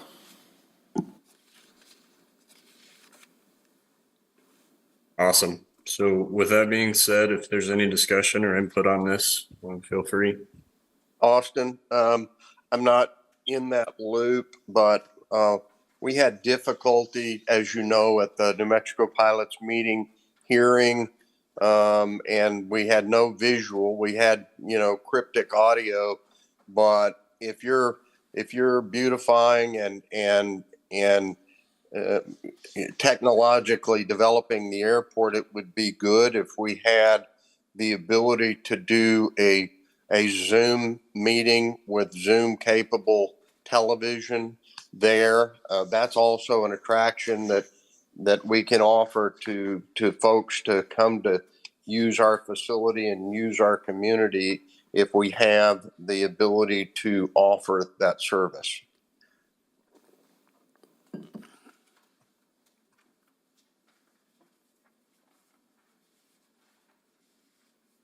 Thank you, Mr. Stevens. Mr. Bailey, do you have any recommendations for the terminal after seeing what you did at the meeting?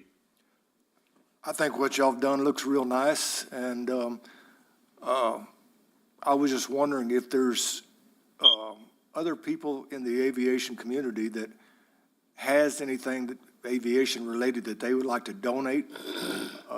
Would y'all be open to accepting that, like paintings and stuff like that to hang up?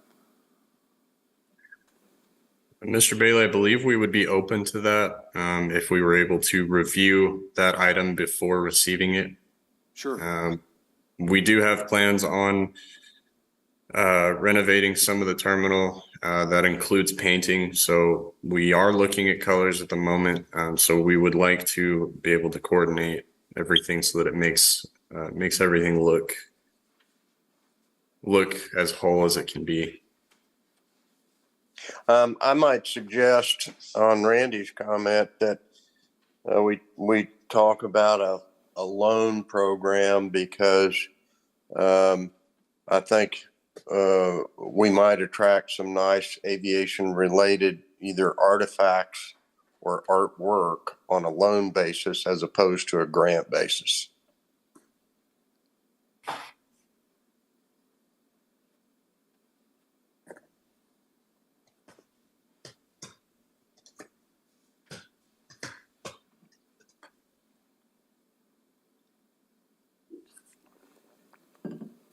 All right, Mr. Stevens, we will take that into consideration as well. Mr. Stepp, did you have anything to add? No, what I've seen that y'all are doing up there looks nice. It, like you said, has a ways to go, but it's a good start. Hey, Austin, I also wanted to thank you and your staff because after you got that slug of a big airplane out of there and cleaned up that hangar and loaded up the dumpsters, it looks better than it's looked in a long time. So my hat's off to you. Thank you, Mr. Stevens. Sounds really good, Austin. Thank you, Mr. Gus. We'll go ahead and touch on this last item here. In the last council meeting that we had, it was the discussion on the agreements and contracts that we have for the T hangars there at Sierra Blanca. Currently, the mayor's signature, the village clerk's signature, and then the airport manager / director signature was on that agreement. Initially, when a customer comes in and they decide that they want to go ahead and get a T hanger, we can go ahead and fulfill the agreement there in the office or via email. After the signature is completed, they were able to go ahead and access the hanger right then and there. It has been recognized and recommended that we remove that temporarily, given that we don't have it written into a policy for the manager or the director to sign on that agreement. So we will be developing a policy to enable the airport manager, the director, to sign off on that agreement before it goes to council to allow the customer to go ahead and move in immediately. So those changes are currently underway. Austin, this is Randy Bailey. Could you tell me how many vacant T hangars that we do have? Because I've had people ask me if there's anything available, and I don't know. Currently, I don't have the information in front of me. It is at the office, but I can certainly get that to you. Okay, thank you. And for now, that's going to be all the information here on the improvement plan. If you guys want to move on to the next item.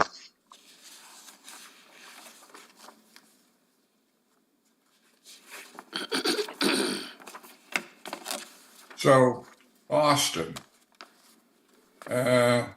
these vacant, the occupancy of the T hangars, ought to be something that's on your mind constantly. Would you say that we have 2/3 occupancy now? What, in the ballpark, how many empty T hangars do you have? If I were to give you a ballpark, I would say that we are at 90 to 95% occupancy. I would say that we maybe have 2 smaller, the T hangars open, maybe 3. And currently the Alpha hangars have been continuously leased out.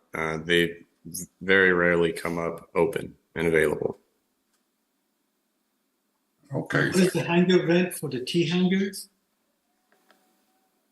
Sorry, I didn't catch that, Mr. Hangar rent, how much is it for the T hangars right now? So the smaller T hangars right now are $250 a month. The Alpha hangars are going for $400 a month. Over on the Charlie hangars, depending on if you're in the middle or the ends of them, some of the T hangars on the ends of the Charlie hangars go for $275 because they have a little bit more extra room. Okay, thank you.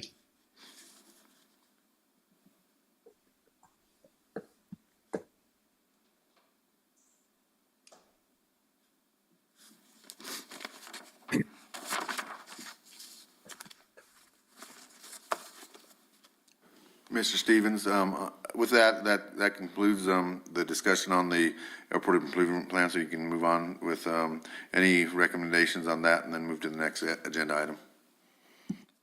Does anybody have any recommendations or observations on the airport improvement plan that have not been discussed? No. If not, then I move that, or I suggest that we move to the next agenda item. Your next agenda item is discussion and recommendation on airport financials.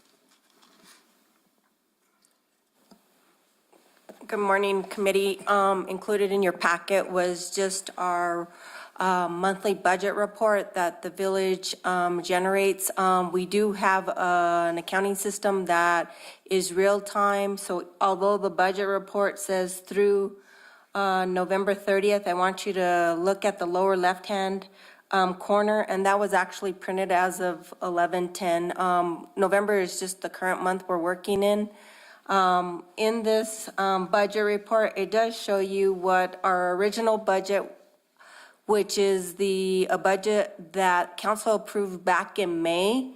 And then the next column, current budget, is any budget adjustments that have occurred that have increased or decreased any of those line items. And then the next column is the activity for the current month, which right now November is currently open. So those are the activities from November 1st through the 10th at 12:53.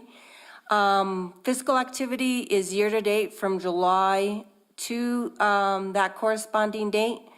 The next column, encumbrances, are any open purchase orders. And then the variable favorable variance is the difference between the current total budget minus the fiscal activity minus encumbrances to give you a positive or negative amount. The budget is always presents the revenues of the airport first, and then it goes into the expenditures, which are subsequently broken out between personnel, supplies, services, and capital outlay. Most of, when we go into budget, I do project the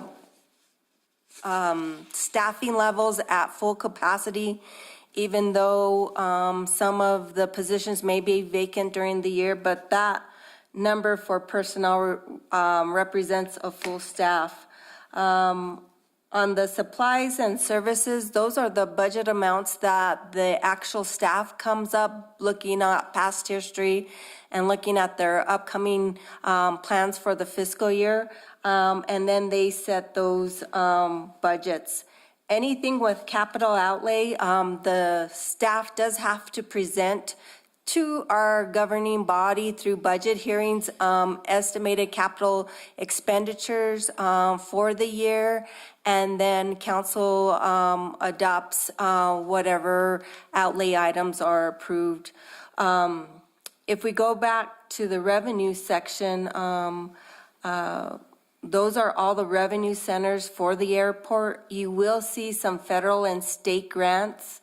The majority of these grants are for the runway overlay.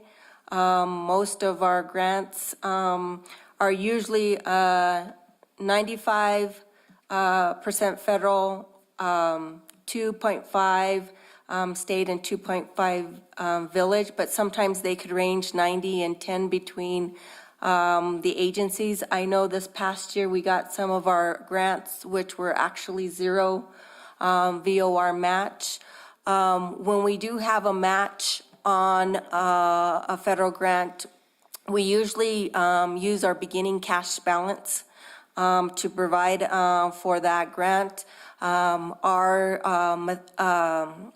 Our policy and procedure concerning beginning cash balance of a fund is that those monies are only used for one-time expenditures such as capital outlay, a grant match. We do not use any of that money to support ongoing recurring expenditures like salaries or utilities or anything like that, because that's one-time money that was left over from a prior year. This is actually an enterprise fund, and it is self-sufficient with the exception that the general fund currently provides a subsidy for 3 firefighters. Some time back ago, the airport was transitioned into another fire station, and the general fund and governing body had agreed to pay for 3 of the firefighters for one of the shifts. So when you look at the revenue section, there is a classification called transfers in, and it's on your page 1 of your budget report, and you will see a transfer from the general fund. That $226,000 is all the salaries and benefits for those 3 firefighters. You will also notice that there is a difference between original budget and current budget of $279,900. The general fund did, in addition to the ongoing personnel subsidy, they also did supply the airport with an interfund loan in order to purchase a hangar. And that loan will be paid over 15 years, I believe, or something like that. So that's why there was an increase between those budget amounts. But not including that subsidy, the airport runs as a self-sufficient enterprise fund at this point. We do estimate budgeted revenues low and our expenditures high in a budget cycle, so that we make sure that we don't overexpend that cash balance or any of the budgeted revenues. Even though we did set the budget in May, it's an ever-changing dynamic document. So as things come up, new revenues come in, revenue projections were lower than what actually came in, I will physically go in and adjust the budget accordingly. If I do increase budgeted revenues, I will do a corresponding budget adjustment to increase those budgeted expenditures, so that we're, in essence, when we do budget, we tend to have a 0 budget base, meaning that our budgeted revenues that we go into a new fiscal year equal our budgeted expenditures, and then after that, our initial budget, then anything that we need to pay out of cash balance, you'll see coming out through a budget adjustment. So these are readily available. Austin can run these reports at any point in time. I do have balance sheets that are available if you would like to see that. I can make them available. We do have detailed reports that show what exactly made up the jet fuel sales for a particular account. I do have the detail that shows what went through office supplies if you would like to see that. We can supply a lot of different information for you if we are just instructed on what you would like to see. Thank you. You're welcome. And ma'am, could I ask your name again, please? My name is Judy Starkovich. Jeannie, thank you for that education. May I ask you a question? Yes, sir. The federal grant of $8.15 million, is that, I think what you said was the lion's share of that was for runway paving projects, is that correct? Yes, it's the new runway, is it the 1230 reconstruction or rehabilitation? Was that amount based on an estimate for paving that runway? And can anybody tell me what's exactly happening to 1230? Is it being reconstructed? Is it being repaved? Is it an overlay? What is happening there? Mr. Stevens, this is Joe. It's going to be a reconstruction. They are going to go down and tear the current paving out and do a complete reconstruct on runway 1230. And if the money's there, taxiway Bravo as well, and redo the lighting as well as any reflectors in the area as well. Okay, I'm just curious, what prompted the need to redo 1230? On the FAA's schedule to redo, there are a couple areas that we do have water leaking up through the runway that caused a little bit of concern there, that have had patches on them, but we still have some water seeping through, whether it's from rain or other areas, is what we're looking at. So they're gonna redo that and hopefully do away with all the leakage that we're seeing in the middle of the runway. Okay, and I assume this was a grant that was applied for by the village some time ago. And this is the project that you were telling us about earlier that's going to take place when the temperature warms up in March or April? Yes, sir, it is. And this has started this past year with the PERA, preliminary engineering report and design has been going on throughout this year. And the award was awarded just about a month or so ago to the contractor. We also had a similar grant for the design of the project that was completed during this fiscal year. So now we're on the next phase of construction, so. And Jeannie, are the state grants referenced in the budget or the account summary? Was that the amount of state participation for this project? Yes, sir, you are correct. So you will see the revenues for that project will come in through those intergovernmental totals. And then if you look down on page number 3, there's a classification called 530 capital outlay. You will actually see the capital grant that is pertaining to those grants. And you could see there's a difference between the grant coming in and the total construction amount. The difference is the amount that the village is liable for. So the difference between 8.9 and 9.8 is the village's responsibility? The 9.8 represents all their capital outlay. The 9.3, which is in account number 503-170-53006 capital grant project, that is actually the runway overlay. The building improvements was actually the 2 hangar purchases that the village did complete this year, totaling $404,900. And then in the budget cycle, they were appropriated $54,650 for a vehicle. But the grants that we're talking about only pertain to the last line of the 9.3. Okay.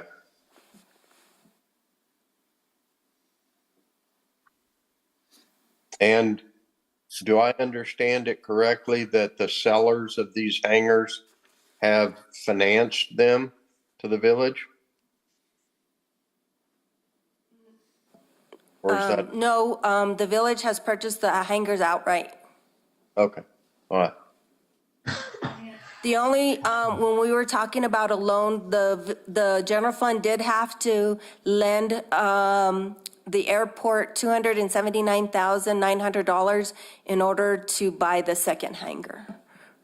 And that is the one where the airport will be paying the general fund back over a 15-year period. Gotcha. Okay, thank you. You're welcome. So do we have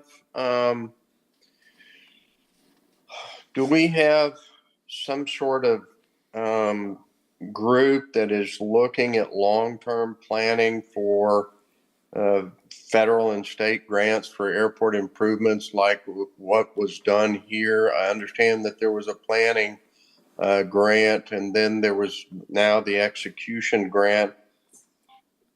Does the village have an entity or a group of folks that focus on long-term needs at the airport? Yes, our airport consultants develops a 5-year capital improvement plan. And, they will be involving you all in that process. And that's where they schedule all the capital upgrades that are being proposed and grants that are available, and then it works into the statewide plan. Okay, and is that Armstrong? Yes, Okay, and are they in Albuquerque? they do have an office in Albuquerque. They're based out of Colorado. Colorado. Okay. All right. Thank you for the information. Any other questions? So yes, I do have a question. So we have $234,700 for personnel. Is that the cost for the 3 individuals that I heard are paid by the airport? No, it's a little bit backwards. The total personnel for the airport is actually on page number 2. It's in the 500 series dash personnel. The total personnel for the airport is 584,400. Now that is including all vacant positions, all benefits, and all salaries, plus any pay for performance. What the general fund does is subsidizes 3 firefighter salaries and benefits, which represents that $226,620. That is from page number 1 in the original budget total. Okay, so the 234 is for airport personnel themselves. Is that correct? It says fiscal activity. Yes, that is the total amount that we expended for all the positions, and out of the amount, the general fund has picked up 105,000 of that amount. Okay, and this is for 3 individuals. Is that correct? The general fund does 3, but the total number of budgeted positions at the airport is, I'll have to look. I don't I have think the. that the answer to your question is yes, the Yes. general fund basically subsidized 3 positions. Yes. Okay. So, the 234,000, that's for the 3 people. Is that correct? Or part of that is paid by the airport and part by the general fund? Is that what I'm understanding? The 234 represents all the airport manager and all the salaries totally for that airport, Okay. And that comes out of our including the 3 correct? firefighters. Not the fire. Excluding the firefighters, Oh, correct? excuse me, yes. That's excluding the firefighters, correct? No, that total includes them. Oh, includes the firefighters. The 584 or 230? I'll have to look at the transfer and I do that on a monthly basis, and it ranges about 20 to 30,000 a month for the 3 firefighters coming in. But the portion that is totaled out, the 234 includes everybody at the airport. And that's 3 people, is that correct? 3 civilians, No, I don't know how many, I think it's 10? Total I don't know. employees out there. So right now, we have airport manager, we have a mechanic, we have 6 firefighters assigned to the airport. and the 234 is for their salaries. I think he's looking at this right here. Yeah. Yes, the 234 would be the salaries and benefits that the village picks up. I thought that I heard 500,000. That's the total budget for the whole year. Okay?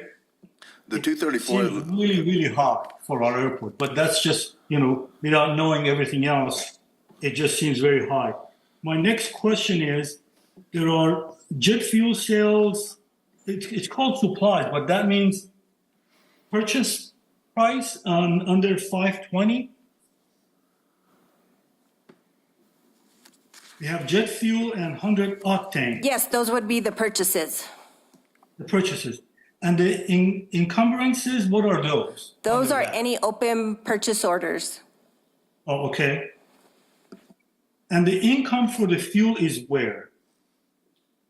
If you go to page number 1, and if you go to the section that is labeled 430 charges for services, there are all the fuel sales. If you look under Or, fiscal activity, you know, those are the yes. 1, 2, 3, 4, 5, 6 lines down. Okay, so, That's your year-to-date. okay. So it looks like we've sold $300,000 so far. Is that correct? About 300,000? Correct. Yes. Like what goes into your contract, and plus the next one, right? So for jet fuel, you have this plus this.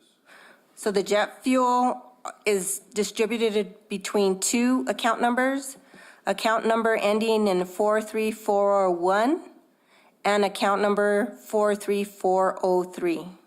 So those 2 accounts together, Almost 500,000. under, almost 500,000 is the jet fuel, and then the low lead is the sales ending in the account number 43402. So contract fuel miscellaneous item, is that the jet fuel also? 251 plus 203?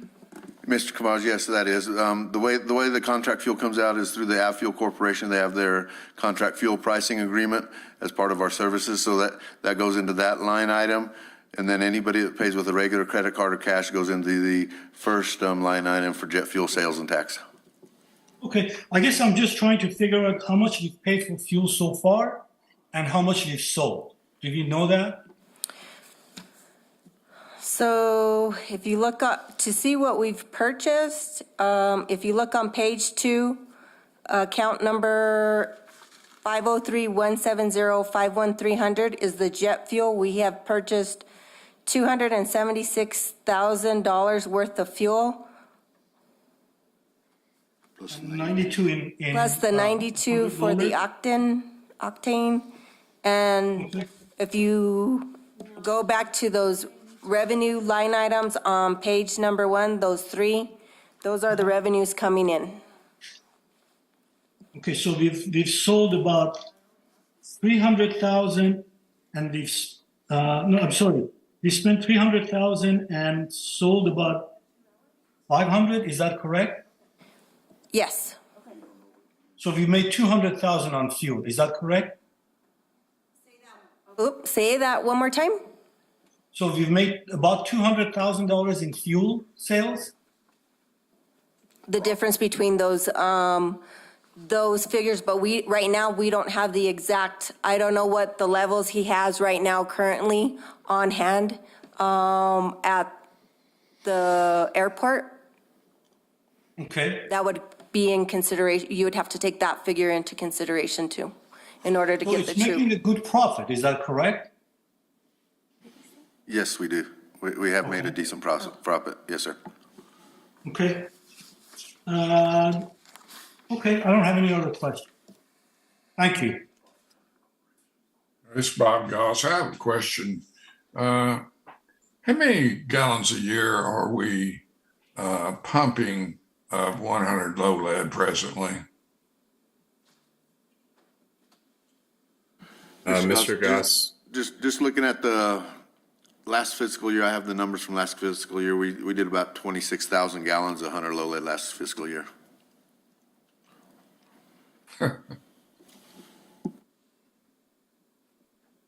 Well, that tells you a lot all by itself.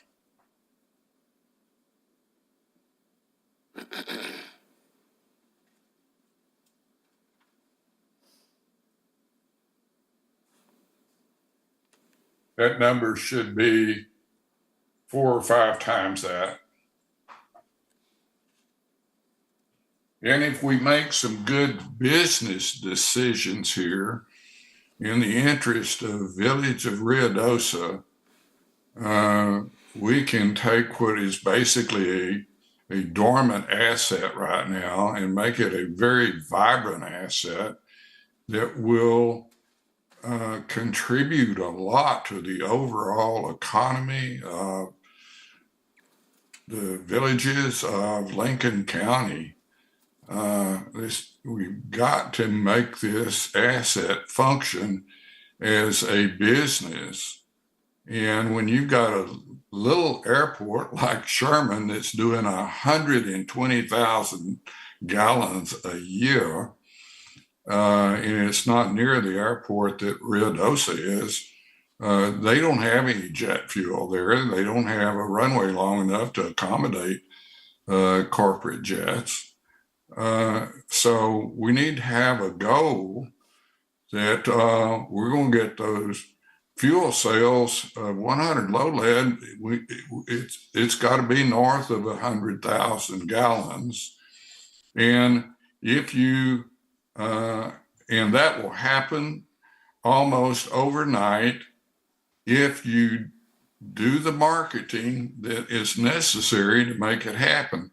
And the marketing is that you use every media possible to advertise Sierra Blanca Regional Airport for the immediate future will always have the lowest price of fuel in the state of New Mexico. You can't put a number on it.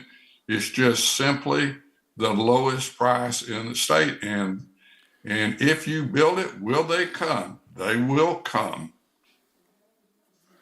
But Mr. Goss, one thing that we got to look at on saying if we have the lowest fuel price in New Mexico or United States is we can't take a loss on a fuel sale. I mean, if we buy it at a certain price, we can't take a loss on that. You won't have to take a loss on it, Austin. What you've got, because there are other airports in the state of New Mexico that are losing money. I doubt that anybody right now is using fuel as a loss leader to bring business in, but it is happening in a lot of places, and it serves the municipalities that own those assets because you're running the place as a business, not as a government entity.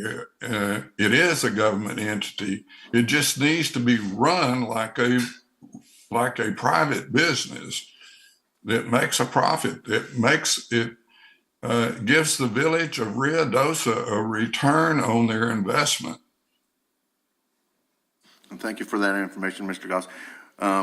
We got a little bit off topic because of some of the financial stuff. We need to go ahead and move on with the agenda.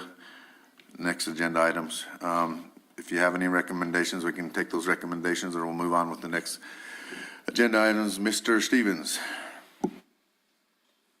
Mr. Chairman, just real quick before you move on from the financial, I think there was a request, if I'm not mistaken, to review a previous year financial and look at previous operations, if I'm not mistaken, Jenny? Yes, sir. Did that come through the chairman, or what was that discussion? Is there something further that you would like us to provide to the board, Mr. Chairman? Not that I'm aware of. I wanted to hear from Jenny today on the airport financials so that we can digest them properly. It's the accounting is not the easiest to follow, but I'm not an accountant, but I have been a businessman for a lot of years. And I wanted to understand how the airport was functioning. I think those of us who are aviators who want to see this airport take a different path and become more successful see fuel pricing as an opportunity, not as an obstacle. And we also think that selling fuel at cost or below may have far greater long-term effects than anybody imagines. But other than that, does anyone else have any more discussion or recommendations on the financials? I do. I was the one that requested prior rare information because I know the airport has been run really well in the past. And I was interested in comparing the finances and income between then and now and figure out what might be going wrong and what expenses are getting in the way. But that wasn't provided. But Is there a specific, excuse me one second, I apologize for interruption. Is there a specific year that you would like us to provide you? I was interested in starting at the last year of David Pierce. He ran a I'm really sorry, I'm tight having ship. trouble hearing you. He wants the last year of Dave Pierce's. Oh, Dave reign- Pierce's? Reign. Yeah. He really ran a very tight ship. He had a lot of employees, and I'm sure the airport was subsidized, but you know, we just need to come. I was interested in comparing the progress of the airport financially. But if we get back to this one, I can see that we are spending $234,000 in salaries, and we are making $200,000 on fuel. So something isn't right. And I kind of disagree with Bob Goss. Bob, I disagree with you. This airport does not have to make money. You don't make money plowing the roads for people to access your places. You lose money doing that. The airport is the same thing. People come there to use the village and spend their money in the village. I don't know of any airport well, I shouldn't say that because I'm not an expert, but airports are not a profit center. The profit center is the FBO that makes it worthwhile for people to come. So there I disagree, but I wonder if we can get some more clarifications on the 234 and what that entails and what those people do from our accountant. Yes, sir. So on our website, I have all our audit reports, so you can go back. The one thing that's different, when Dave Pierce was here, there was a proportion increment of a GRT that was going to the airport, but since then, that GRT has been removed from the airport and now sits in the general fund. So there will be a difference between the revenues that were going in. If you're looking at the era when Dave was here, that was early 2014. They were allocated a portion of GRT that has since been reused in general purpose back to the general fund. But if you would like, the audit reports are on our website, or if you would like, I can give you copies of budget reports from those years. If you like, just let me know what you would need. It would be nice to see how it progressed from that point on. For me personally, if it's not a big lift, I'd like to have it. Mr. Kamaj, is there a time that you're going to be here in Ruidoso where you can actually come in and sit down? Sure. So that we Yes, can absolutely. sit down with you and go over the financials? I think it'd be a lot easier to give you the explanations in person. Sounds good. That's a good idea. That's what I'll do when I come back there. And if any of the board members are interested in that, the way that you're reading them is a little bit different. And I think we can explain it if it's in person a little better, a little clearer. Could we get the explanation on the 234 salaries and what that entails? Yes, I can get that, and I can work it through Jenny, and she can distribute it to the members. Just kind of getting back to the explanation, you're talking about the expenditures. The fuel cell doesn't go directly to the expenditures of that. The difference is that the governing body made a conscious decision. They're transferring in over $200,000 to make up that difference. So it's not a direct relation to the fuel cells. But we can go over a detailed explanation with you on that. Right, I understand. So that's, I think, where I'm confused, because I thought the 234 was everyone that worked at the airport. The 234 is your current activity of expenditures that have happened. Your total budget for personnel is over 500,000 for the year. And when you Where come back does to that money come from, that 500,000? part of that money comes from fuel cells, from all the activity that you have ongoing, in addition to a transfer in from the general fund of over $200,000. And that's for the firefighters, is that correct? It basically goes into one pot of money, which is your airport fund, and then it's expended out. Okay. There's not really I a guess, separation no. between what your firefighters are. I think the reason that Judy's referring to it like that, as those three positions were added to the airport, the governing body, the mayor and council, came back and funded that money out of general fund. Okay. And was the logic to do that those positions would have been funded out of the general fund anyway? Yes. Okay. They essentially wanted to add additional firefighters. And, you know, instead of them placing them here in the village, they placed them out at the airport to help, you know, maintenance, manage, you know, do whatever it is to have personnel out on the airport, and then to open up additional opportunities for fire fund dollars moving forward.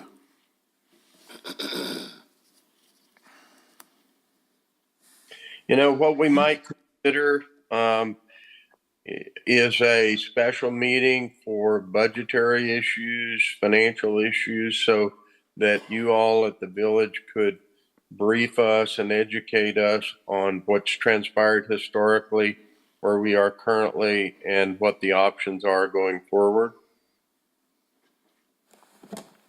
Yes, we can make that happen. And, Mr. Chairman, you know, members, you know, on the next item, you know, I think, you know, the mayor has expressed interest. He has actually gotten away from those fees.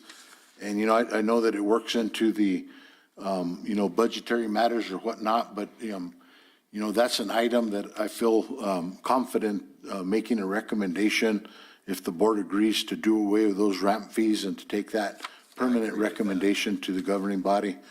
You know, the governing body understands where we're at with that, but as a good faith effort, I believe the governing body would step up and cover the subsidy to make sure that that's covered within your budget. I agree with that, doing away. Yeah, let me ask one more time, so maybe we can move to that next item. Does anybody else have anything else they want to discuss on the airport financials? I guess the only thing in conclusion, I would say it's really hard to say from this finances how much money the airport is actually making and how much money is being subsidized. It would be nice if we could get something that mentioned that or outlined it. I know there's, you know, for example, the 235, if you look at this, you have no idea where that comes from. When you look at this, the airport is losing $500,000 a year. And that's hard to believe or hard to imagine that we would run it that way. And it's only because I don't understand it right now when I look at it. I can't add them all together and get a good picture for what the finances are like. Mr. Chairman, and you're exactly right. It is what we consider a loss leader type of special fund, and the governing body does come back and subsidize it. You know, it's hard to split hairs and say what part they're subsidizing because it goes into one fund, and then you have your expenditures, including your capital investments. But, you know, just for instance, you know, a large part of the subsidy to cover those capital investments is very minimal in consideration to the total project. So when you have an $8 million project, the state's kicking in their portion, the feds are kicking in theirs, it comes out to maybe a 5% match that the village kicks in. You know, we end up getting that back in gross receipts tax. It's a wash. So it's not really a subsidy, it's an investment that's occurring in the airport. So, you know, there's different aspects of that. And, you know, that's really what we need to do is sit down, break this out, and then figure out where those loss leaders are, but keeping in mind what are those opportunities that we can, you know, capitalize on to bring revenues to the table. And, you know, I think, you know, this isn't being looked at as a money-making operation to where we're trying to make money off of it. It's more to provide a service for the quality of, for the citizens of Ruidoso and the people coming to Ruidoso. So anything we can do to break even if the village has to make an investment, I believe that's their position. That sounds good. And I think if we sit down and figure out what's going where, I think that's really the first step in achieving our goals, knowing where we need to put our effort, where we need to charge, where we need to lose money, so that we can make the airport work a little bit better. I will suggest again, we think about a special meeting for this topic because obviously it is one that needs to be fleshed out. I'm with Rob. I got somewhat of an education today. I'm in need of a bigger, greater education so that I can make some sort of meaningful contribution going forward. Does anybody else have further discussion or recommendation on airport financials? No. If there are no further comments, discussion or recommendations on airport financials, I'd like to move to discussion and recommendations on abandonment of ramp / parking fees. Anybody want to comment? I think considering how much money it brings in, I think we should get rid of it permanently. I agree. Anybody? Bob Goss? Restate the question, Do you have please. any on ramp and parking fees? Well, if you're going to make that airport perform the way it needs to perform, given all of the perimeters of the geography of where it's located, et cetera, et cetera, et cetera, you have got to simply make that airport a place that attracts all of these people that we can attract if we make good decisions. And good decisions is that you don't have any ramp fees on the airport or landing fees or any other fees like that.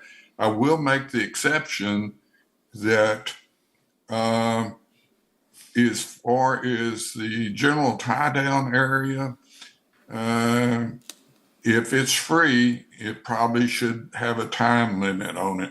We don't want people storing airplanes there that are out of annual and they're basically a piece of junk and they're sitting there on our airport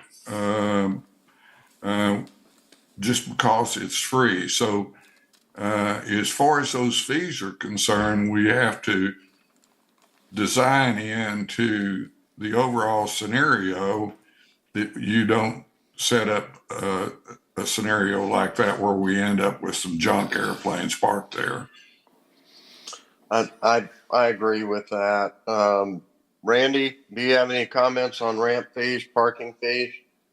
I think we ought to just continue them. Okay. Anybody else on ramp fees and parking fees? On your extended, like Bob was talking about, we can make it where it's a case by case that we can look at, or the airport would look at. Dave, I think that Bob's observation is a good one. I don't think anybody wants to have derelict aircraft make Sierra Blanca a boneyard. And so maybe the simple requirement is that you're not allowed to abandon an aircraft there. You're not allowed to tie down an aircraft that's going to be inoperable for something in excess of 30 days. There needs to be some sort of benchmark so that management can make somebody move an aircraft. Correct. So I personally believe that we ought to abandon ramp fees and parking fees yesterday. And I will again say that my representation to the New Mexico Pilots Association is with the caveat that we address in some fashion derelict aircraft and not become a magnet for that. It's my strong recommendation that we recommend to the village that they abandon the imposition of ramp and parking fees immediately. Mr. Chairman, are you entertaining a motion to abandon ramp and parking fees with the policy of any type of blighted airplanes having a policy to manage that? I am. Manager Dodge, I have one question on that. The fees are set by ordinance, so how would that work? If the board makes that recommendation, then I'll direct further the staff on Thank you, how sir. we approach that. I'll second that. I think it calls for a first Oh, for motion. well, I call for a motion that we abandon all parking and ramp fees, landing fees. Dave, would you mind adding, or would you consider adding to your motion recommendation that a vehicle be in place to deal with derelict aircraft? Right, so you could add that and you could have a case by case where you could look at it and if it's been there 2 weeks, but you see that it's a derelict aircraft, then you could ask them to move it. So if I may, this is Rob Kermanj. I think you're talking about landing fees, not overnight fees or tie-down fees. Landing fees, We've never had landing fees there. Mr. Kamanj, we do not have a landing fee. Our fee structure is set up as a ramp fee, which is the daily landing, coming in, doing an activity and leaving, or a tie-down fee, which is an overnight fee. We do not have a specific landing fee. We have tie-down fees and ramp fees. And that's what we're asking to do away with, is the tie down and ramp. And I have a motion from Dave to abandon those fees immediately. Do I have a second? I second it. Thank you, Rob. All those in favor signify by saying aye. Aye. Aye. So Chair, I'm sorry. Mr. Chairman, members of the committee, our airport staff will draft a ordinance amendment to present to the governing body with your recommendation. Great. Perfect. Thank you. Any further discussion on ramp or parking fees and the structure to get it moving? If not, go ahead. Are we talking just about tie downs, or so when we have corporate jets, which we don't really tie them down or have them, are they paying parking fees now? And will this eliminate their fees as well? Are we just talking about piston aircraft, or are we talking about all aircraft? Mr. Goss, from my understanding, we're talking about all aircraft. We do charge the corporate jets, excuse me, a tie-down fee if they're setting on the ramp overnight. But this will do away with all tie-down fees and all ramp fees, no matter what type of aircraft it is. Good idea. I think we voted on that. Thanks for the clarification.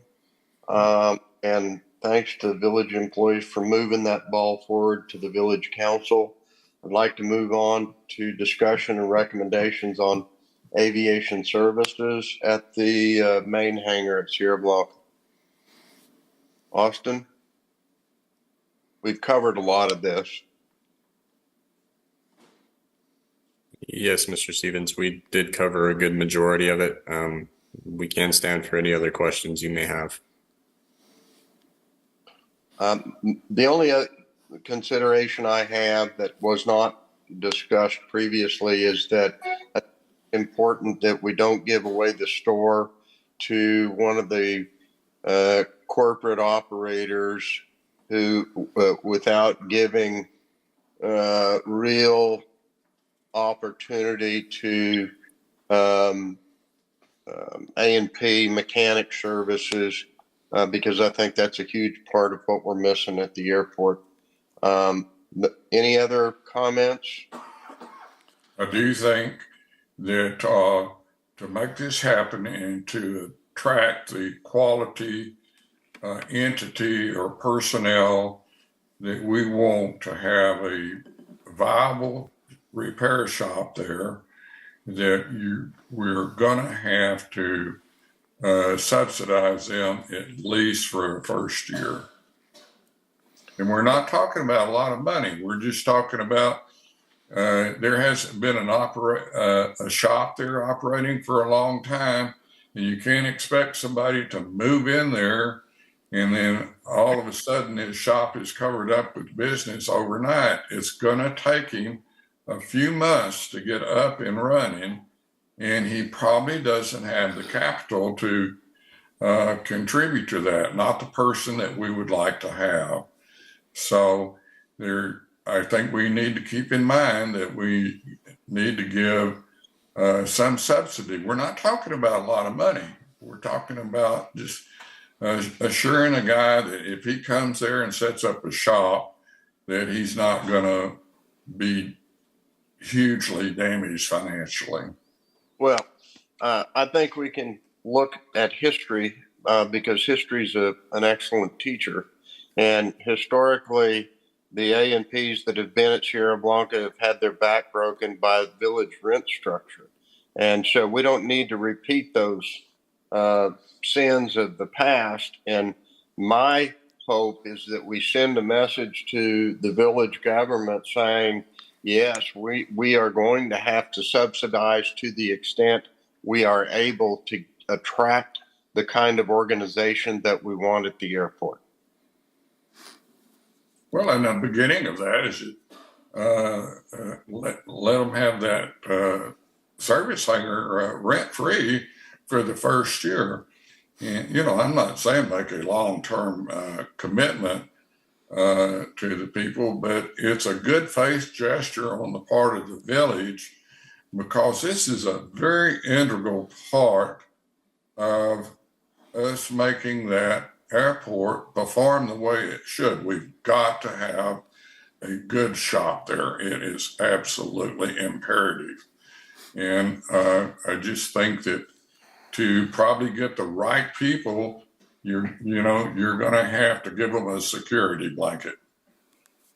I agree. And Austin, my suggestion is that before an RFP is circulated, I think that word of mouth, which has produced, I think, some respectable inquiries to date, is valuable because what we may think is someone's need may not, in fact, be that entity's need. We need to listen to folks who have interest in coming and find out what would cinch the deal, if you will, to get the right folks here. Bob's suggestion on rent abatement is a good one. It may not be the only one. And it may be that other entities have different needs, but I'm nervous about circulating an RFP before we listen to people and figure out what's needed out there. But I think as a general consideration, get ready for some sort of support and assistance from the village to get what we're looking for. Thank you, Mr. Stevens. We'll take that into consideration. Any other discussion on services at the hangar? If not, I would recommend we move on to discussion recommendations on grass runways 0624 and west of hangars. I would like to offer some thoughts on this.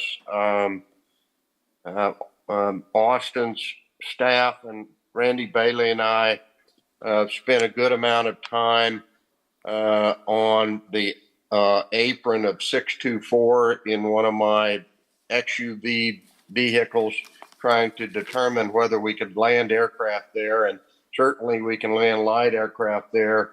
I think that for non-aviators in this meeting, grass runways are very desirable things. They're soft and easy on aircraft equipment, tires, and it's viewed as a wonderful attribute and opportunity by the aviation community. We had a meeting with the New Mexico Pilots Association at the hangar, Sierra Blanca hangar, a week or so ago, and the idea discussed with the Pilots Association resulted in a hugely warm welcome to the idea of a grass runway at Sierra Blanca.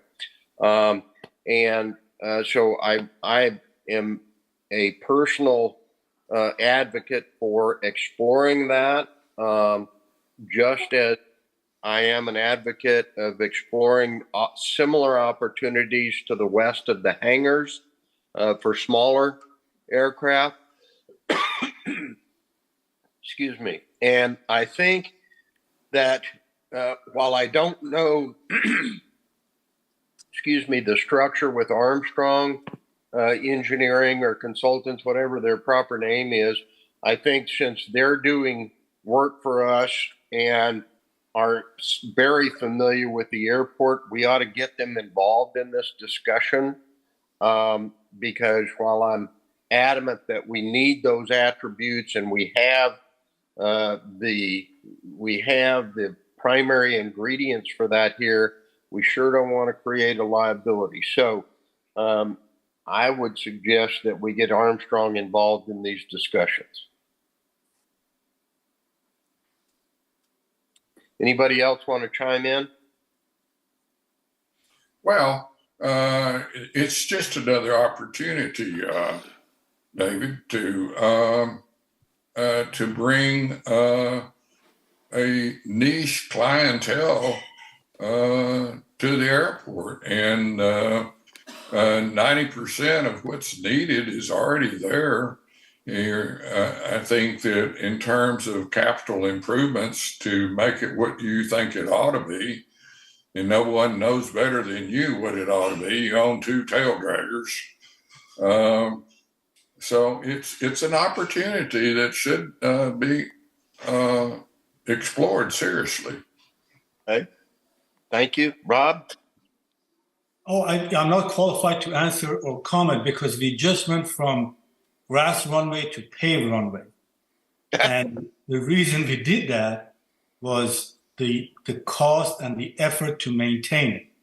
Now we have different issues here with the rain that there are different issues than the dry climate. But I personally, I don't know if this is the last item on our goal, but that's all I have to offer, that we did that because of the problems and the cost. Okay. Randy Bailey, you got any input? Only that I see having a grass runway would be very opportunist for us to see people come in with small aircraft like that. I know a couple of years ago, some men were going cross country and they tried to land on our grass center section out at the end of 246, and they had a great landing, except they hit a big bump down there and lost a tail wheel, so they had some damage to the airplane. So I think a good grass runway would be very beneficial to the airport. Okay, thank you. Dave? I am somewhat unqualified for that. I've only ever landed paved runways, but I would have absolutely no problem entertaining that thought for a grass runway. Okay, let me just give you guys and girls a general idea of what we've talked about regarding the area west of the hangars. We have a really nice, probably, I don't know, 5, 6, 7 acre piece of semi-level ground with good grass on it west of the hangars that I would like to see explored for the idea of an ultralight runway or runways. Light aircraft are just what they sound like. very lightweight aircraft. There are lots of people who fly ultralight and light sport aircraft. They don't require as much runway. They don't require the length, the width. We've got a nice space there. I again think it would be an opportunity to serve a market that's completely unserved in New Mexico currently. If we could get Armstrong involved and take a look at what we've got in the way of existing required resources, I think we can move these two things along pretty quickly. Anybody else have any questions on those kinds of things or this topic? So you're saying on the north side of 624 at the west end, is that where you're talking? Yes. Okay. I didn't realize there was enough area there because that hangar sits down in there that's unused. There's plenty of, excuse me. There's plenty of room there for grass runway for ultralights and light sport. Okay, so you're talking real short runway then. Yeah.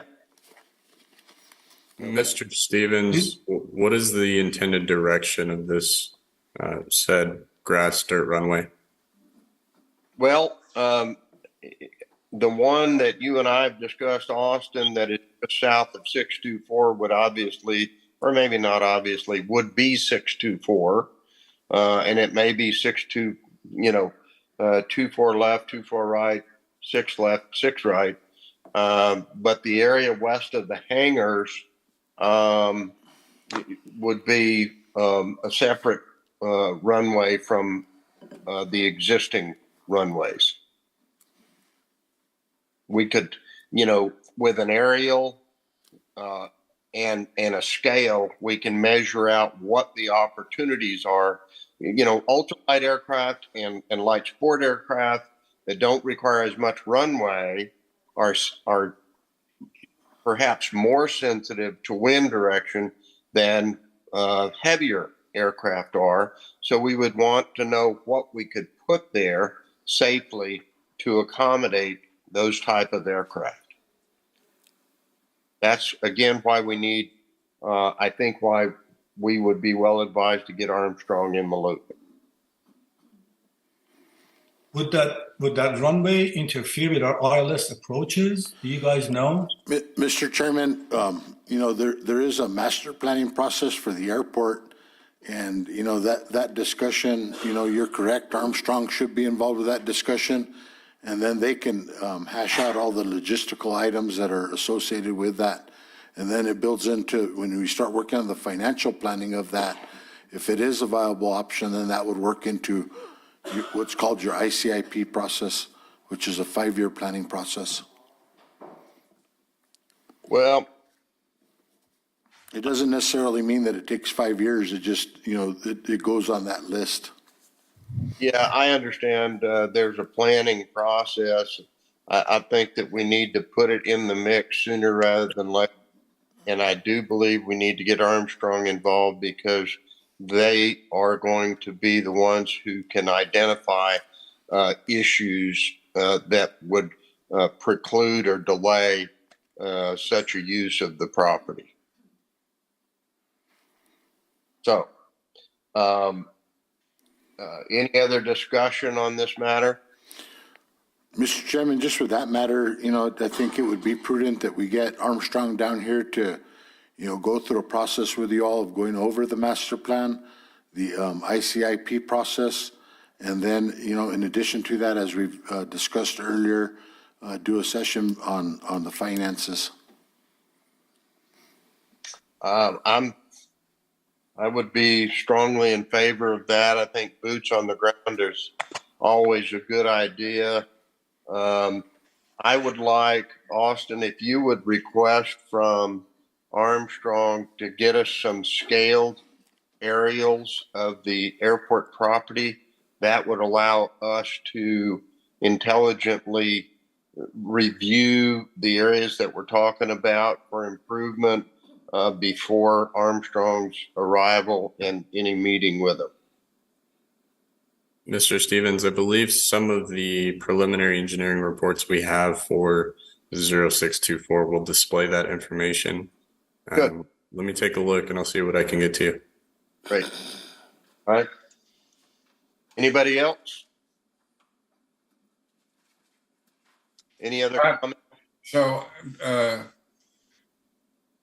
David, I'm just wondering about, we have to comply with all kinds of FAA regulations, of course, when they are involved in serious funding of our airport. I just would say that it might be that they would not approve of any flying type of operations west of 0624. They may not.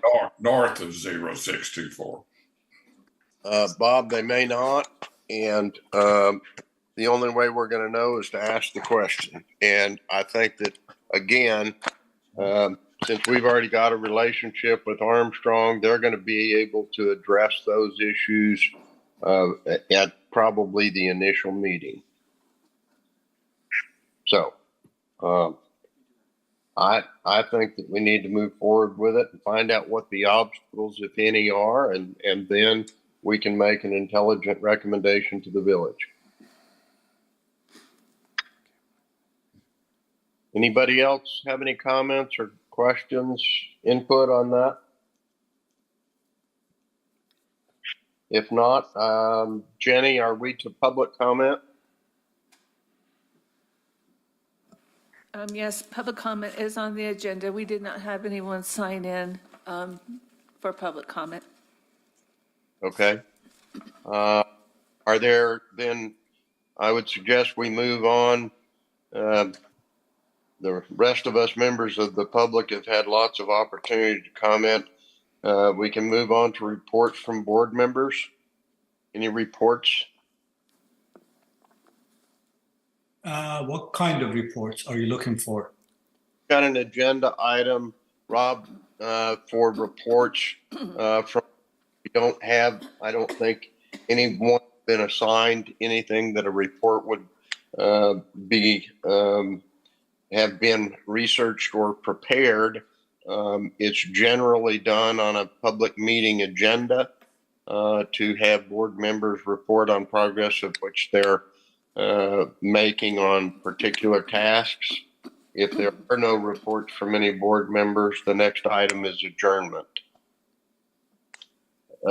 If there are no reports, I would entertain a motion to adjourn the meeting. I second that motion. Okay, we got a motion and a second. All those in favor signify by saying aye. Aye. Aye. Opposed? I'll adjourn the meeting and thank the village employees and board members for their time and input. I thank the village employee, also. Thank you, Ginny, for communication. Thanks, everybody. Thank you. Thank you. Thank you. We'll see you next time. Bye-bye.